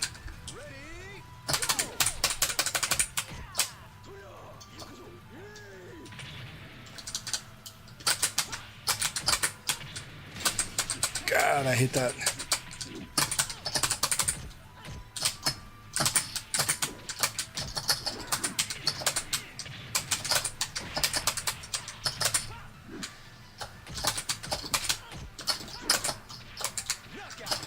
Oh. It's okay. Live for Eve is gonna get that Kage brain back going supercharged. But that was so fun. Yeah, Lowe's. It is Leon.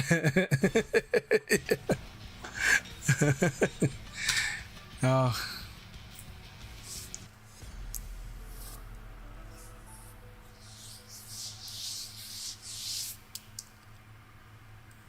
Okay, sorry about that, Live Free, but I'm happy. But thank you very much, man. Thank you.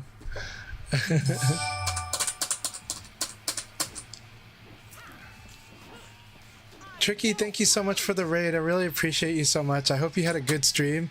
I know PSN's slow, but you played awesome.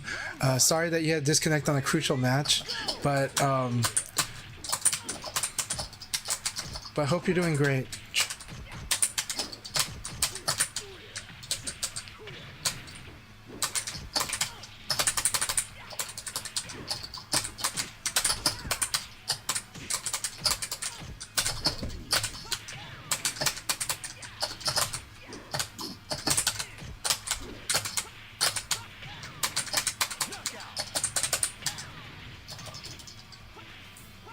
Revo, many things could be happening in the future with that. They did try to test out ad support in Ultimate Showdown, so we don't know what will happen with that. That's always probably on the table.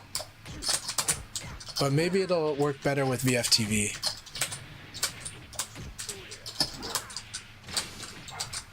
God, Kage.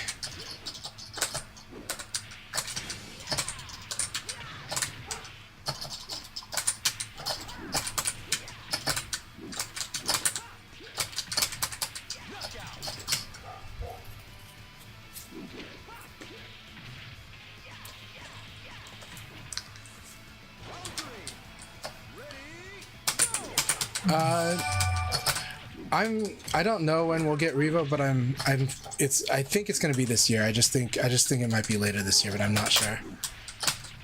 Wow.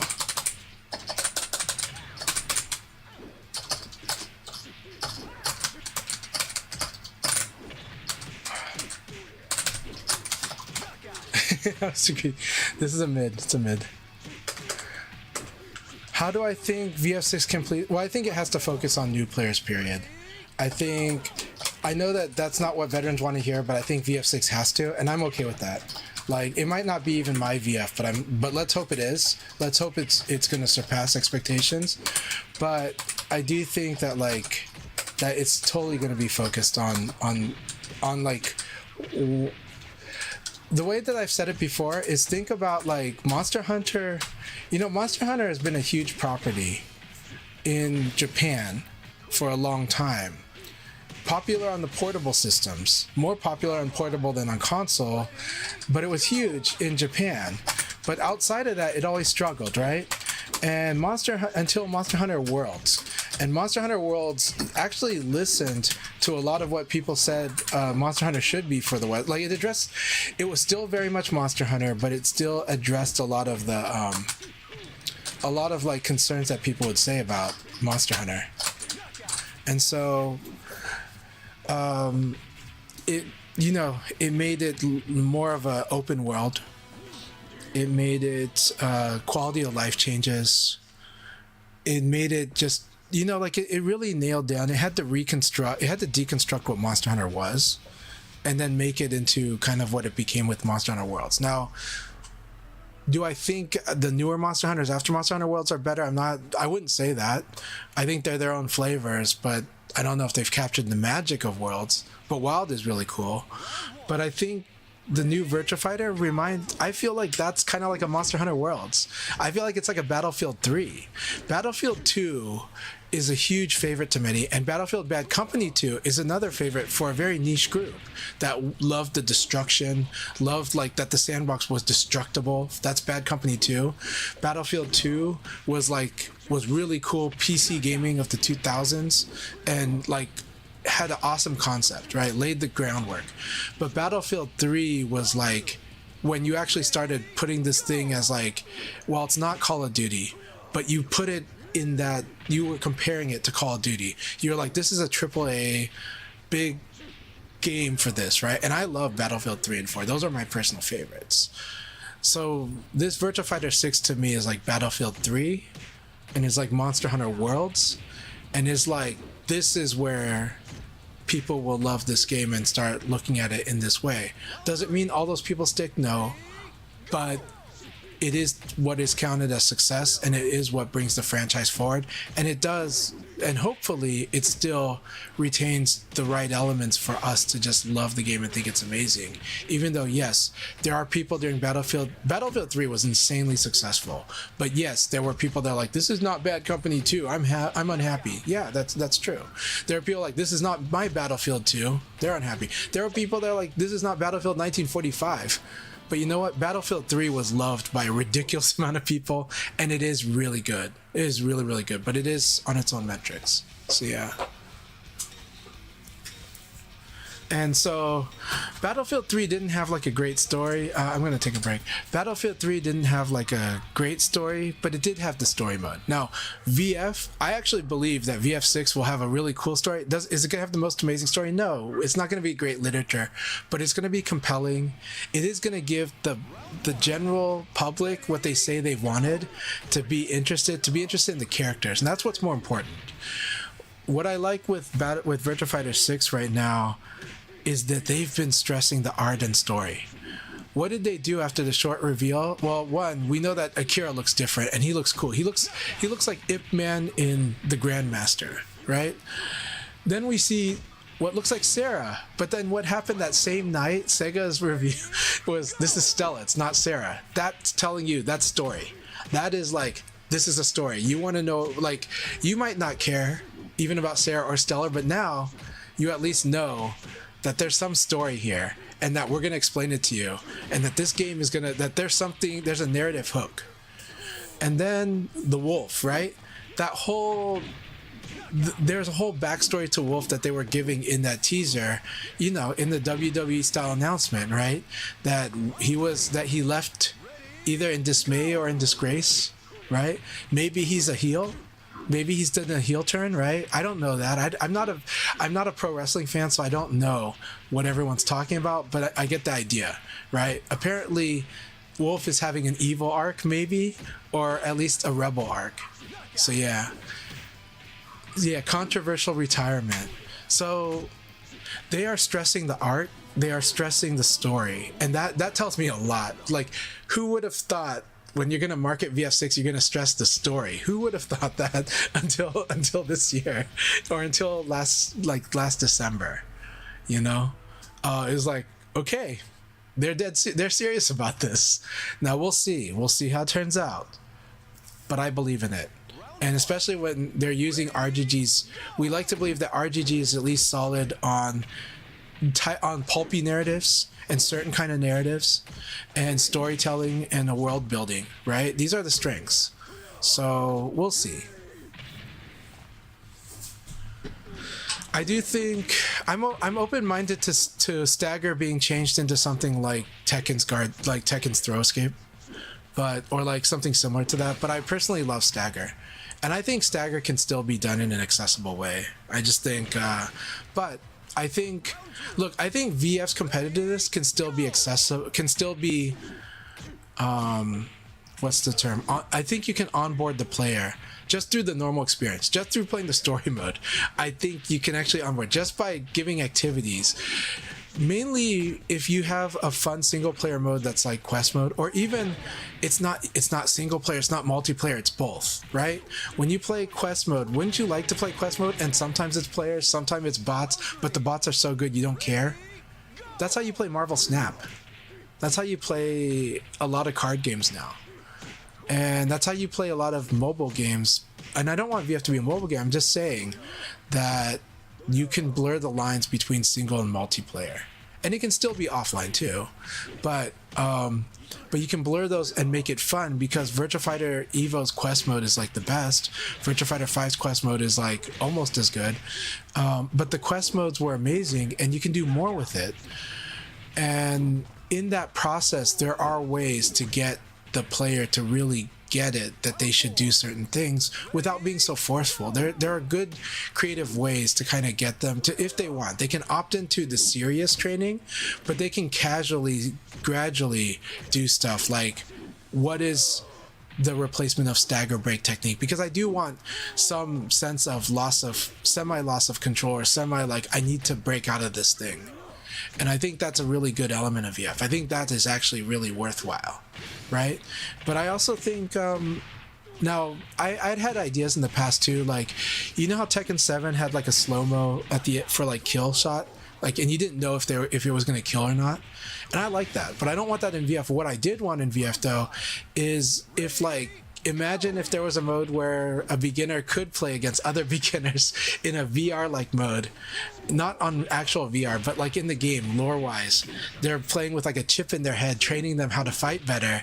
And so when you get hit with Nitaku, it slows down time. It slows down like a Tekken slowdown, right? And so then you kind of know it's Nitaku. Now, after a while, you just know this, so you don't need to play this anymore. And you go play with you play in the other quest pool, or in the other advanced levels of quest where you're playing online with people or with bots, and there is less of this, so you slowly take the training wheels off, you know. But yeah, I'm okay with, like, yeah, I've been thinking about button combinations, or something like a quick timer event, or something like Tekken's throw escape system for stagger break, because technically stagger break can be done like Tekken's throw escape system. And when you make that distinction, I think it's pretty cool. All right, Akai, thanks a lot. Thanks for hearing part of the dialogue too. Ready, go! Yeah, I do think that they're gonna gun for this. Is gonna be a showpiece for Nvidia. I would love it if VF6 revolutionizes fighting games, changes fighting games going forward. We're ready for that, and we're happy to have fighting game legacy, like VF Legacy, like Revo, right? VF Revo, you know. So I'm happy to have a world to have both. So what I'm saying is, I still want VF to have its own throw system, but that the replacement for stagger system would be like the Tekken throw system, because that's basically what people are saying they would like anyways. Like instead of breaking stagger, you're hitting certain button combinations. Well, yeah, so that's why we're talking about it being Tekken's throw escape system, not to replace VF's throw system, but as an alternative to stagger break, right? What if stagger break was, okay, press right and guard, or press like back forward guard, or whatever it is, you know, and then press forward back guard, who knows? But what if stagger break was something like that, you know? Or what if there was some way to do it? But yeah. So I would say that Just Monica says, I wonder if the game should have a tutorial as in-depth as VF4 Evo did. While it's really awesome, I feel few people will actually use it. So I agree with Just Monica here, but here's what I would say. They should have it. It should be optional, but the main way that they try to teach the game should not be that way. they should have the VF4 Evo tutorial for the people that will actually learn that way and will appreciate it and has street credibility. But I think the real way that you teach Virtua Fighter has got to be through how people single player plays it, but in a way that's organic and not like you don't want it to feel like you're playing kiddie VF. You want it to feel like you're just playing VF, but that you're learning as you go. Because VF is a game that you learn as you go. Whether you play against other people at the highest levels or not, VF is definitely a game that you're going to be learning as you go. And yeah, Ray, just like us, yeah, stagger break with a quick time event. And so I think you should have the tutorial for the sake of having it in there. It should be as good as VF4 Evos because that's a legacy of VF. But I also think that the way that ultimately you don't force feed this. It's there. It's available. Maybe you get streamers to want to get a trophy for doing it, or maybe you give trophies for doing it and you have streamers want to go through it a little. But the main way that you got to teach VF has got to be organic. It's got to be like you're just playing quest mode. You're just having fun and you get better, right? When you play a Souls game, we don't need a tutorial for it, but a lot of people do read up online. But a lot of people also learn through the game. And that's an extreme case. But what I'm saying is that you want the game to kind of teach the player, right? Like, Hollow Knight is such an amazing game because of the way that game kind of teaches the player as they play, you know?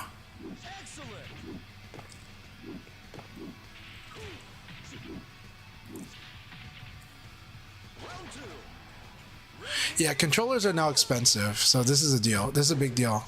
This game is going to be made for pad. That's pretty much clear. Like in one of the interviews, they pretty much made it clear that this game is made for the home market, which means it's made for pad, and so that's a big factor here too. So because it's going to be made for pad, I can see stagger being replaced with something like a quick timer event.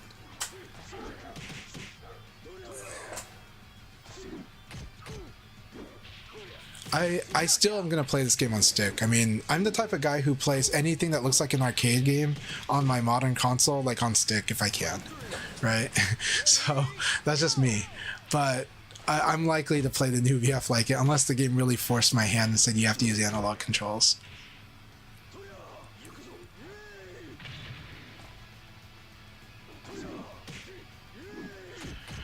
I think the way that they compete with the popularity of SF6 and T8 popularity is by making it a mainstream overall package.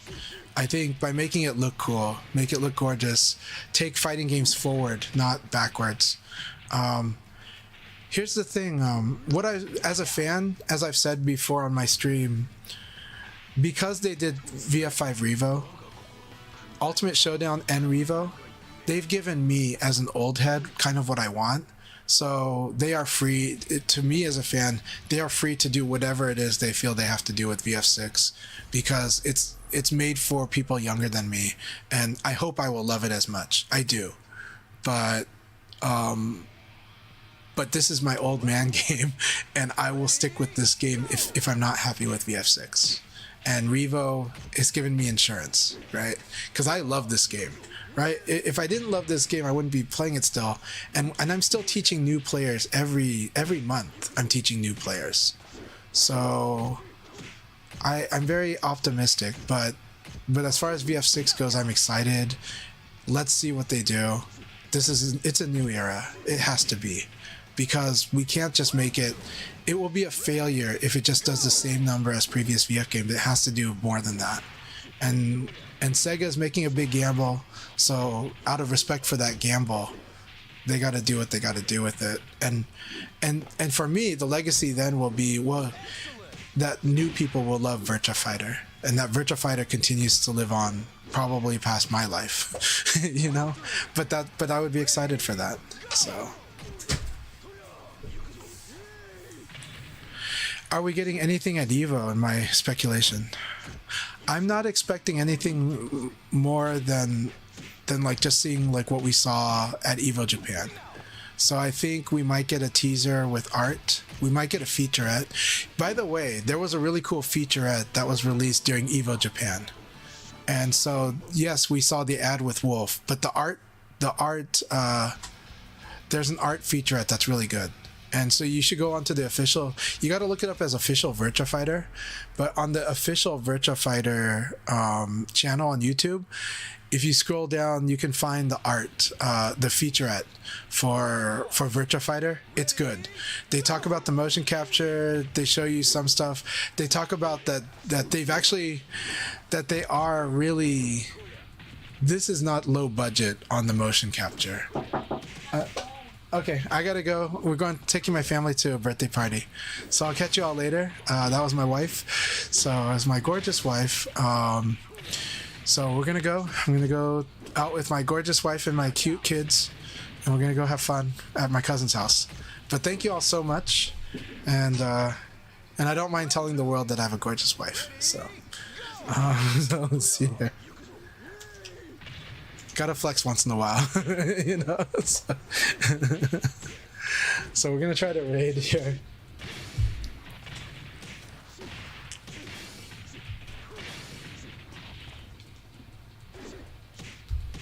It's like, it'll be really silly if the thing that people clip is me saying that. No, that's not gonna happen. Oh, hell yeah, we've got Bushido is on, but I did promise to raid Soyal Kai, so let's raid Soyal Kai. Soyal Kai, they're gonna speak Spanish, but you can speak English in there. They are very nice, and Setsuna's probably on there with them. And you know what? They have a secret boss. Watch for their secret boss, alright? Everyone, wish Soyal Kai a good one for me, and tell them that I'll try to watch when I get to where I'm going, but it's like an hour away. Alright, cheers.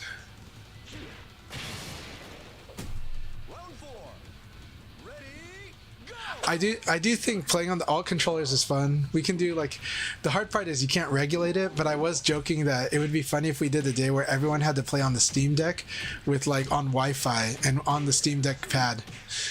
You know, it would be like real hell, but I think it would be funny.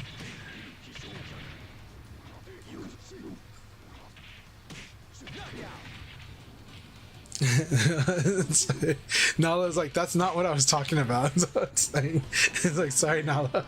So, yeah. But it is a fun challenge. It really is. So, but the Steam Deck pad is really hard to play on, though. That is really, really, like, I struggle with it, and I use it for replay analysis.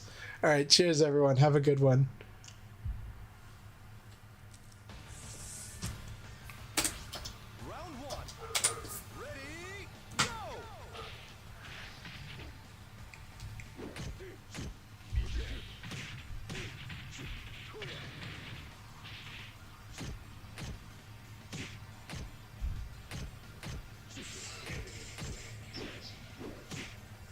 My friend Chan Chai, thank you for the raid.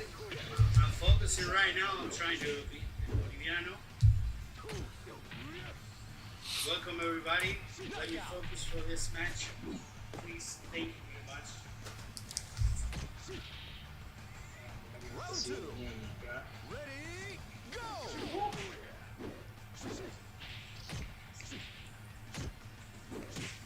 Mónica también utiliza aquí, ¿eh?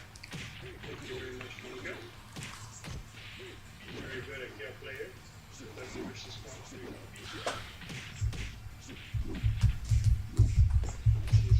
Knockout.